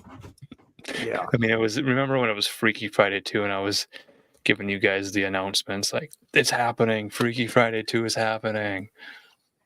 I got to say, Marcus, I pay attention to what you're saying. That one just slipped right out. It's I was disguising my enthusiasm just a little bit in case the movie flopped. Yeah, I probably had never had any intention of watching Freaky Friday or Freaky Friday or Freaky Jamie Lee Curtis. Oh, Jamie Lee Curtis. That's and Lindsay Lohan. I am not particular fans of either of those two. Okay, well, I guess you just haven't seen enough of their movies, and we'll have to watch them together. Wasn't it Annette Funicello in the original Freaky Friday? I think I've seen the one from the 60s. Yeah, the one from the 60s in 4K Disney Plus version is quite fun to watch. And I'm pretty sure it's the guy from the Addams Family, the father, who plays in Freaky Friday as the father. You know, you have tapped the end of my Freaky Friday for Friday's knowledge, which seems odd since you had just started delving into my Freaky Friday knowledge and you've already hit the end. But that is the situation. Yeah, 2003's film was called Freaky Friday. There's a whole franchise here. Ryan says your effects are very dope, Jim. I don't know why my chats, some of them are coming up and some not. It's a curious thing. We'll get that worked out. We tried a new StreamYard streaming option. It's good that we're trying new things to try and make things better for everybody and just trying to make this more awesome.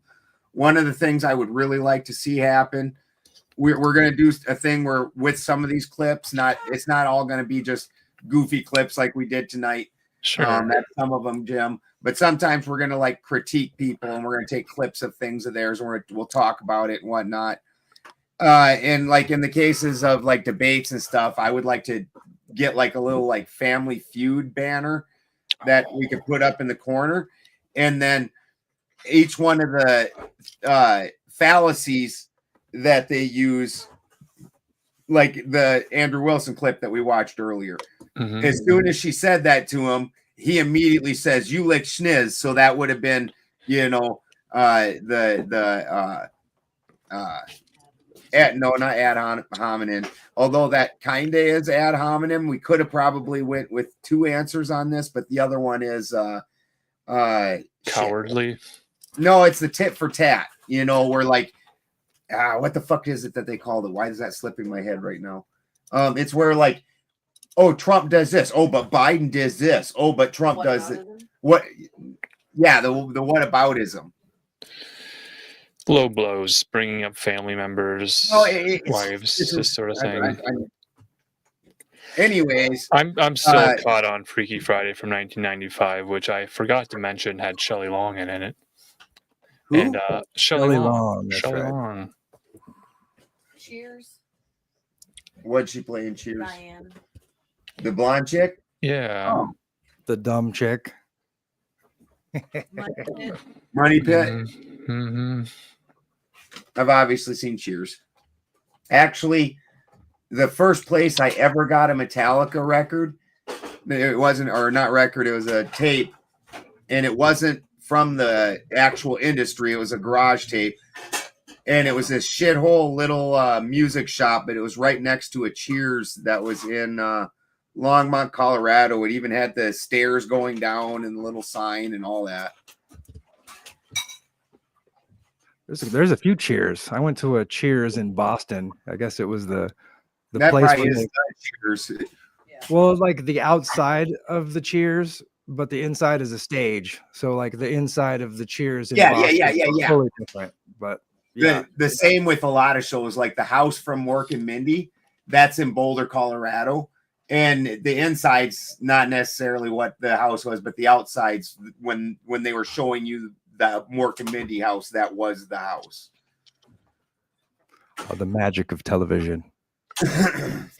And what, the Goonies house is up by you somewhere, isn't it? It's in Astoria, Oregon, which is the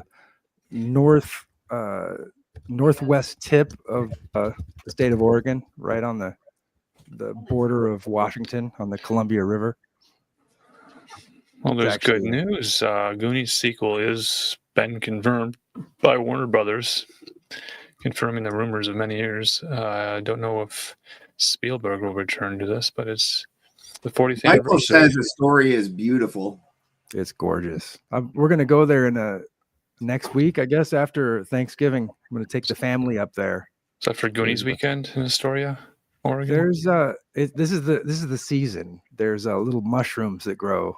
They're called azure essence, the essence of blue, and they only grow in like this one area in the United States. And then there's some there's one little spot where they grow in like Finland or something, or one of the Nordic countries. Just it's a beautiful mushroom. It's actually Paul Stamets named his son as Azuril after this mushroom because it's just a blue staining, mellow, like pretty happy mushroom. Cool. And it pops up around Thanksgiving. Christy is the mushroom huntingest queen. Sometimes I'll get worried, like the other day. I'm like, I just about turned around and Brian was in town.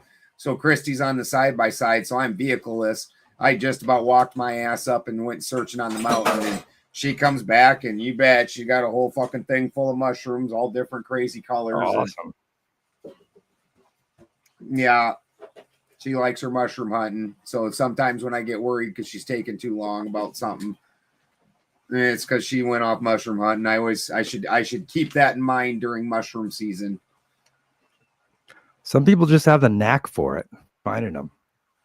The guy that used to work for us, Art, he is part of it's because he's a tweaker and he's out fucking doing weird shit out in the fucking woods in the middle of the night anyways, but he is that dude will bring back hedgehogs and chanterelles like mad. And I'm not that fond of the mazatakis.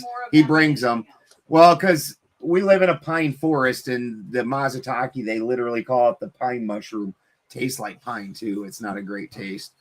Makes me wonder because Christy, when she wants me to smell sexy, she wants me to smell like cedar or something. Did you notice my new soap last night?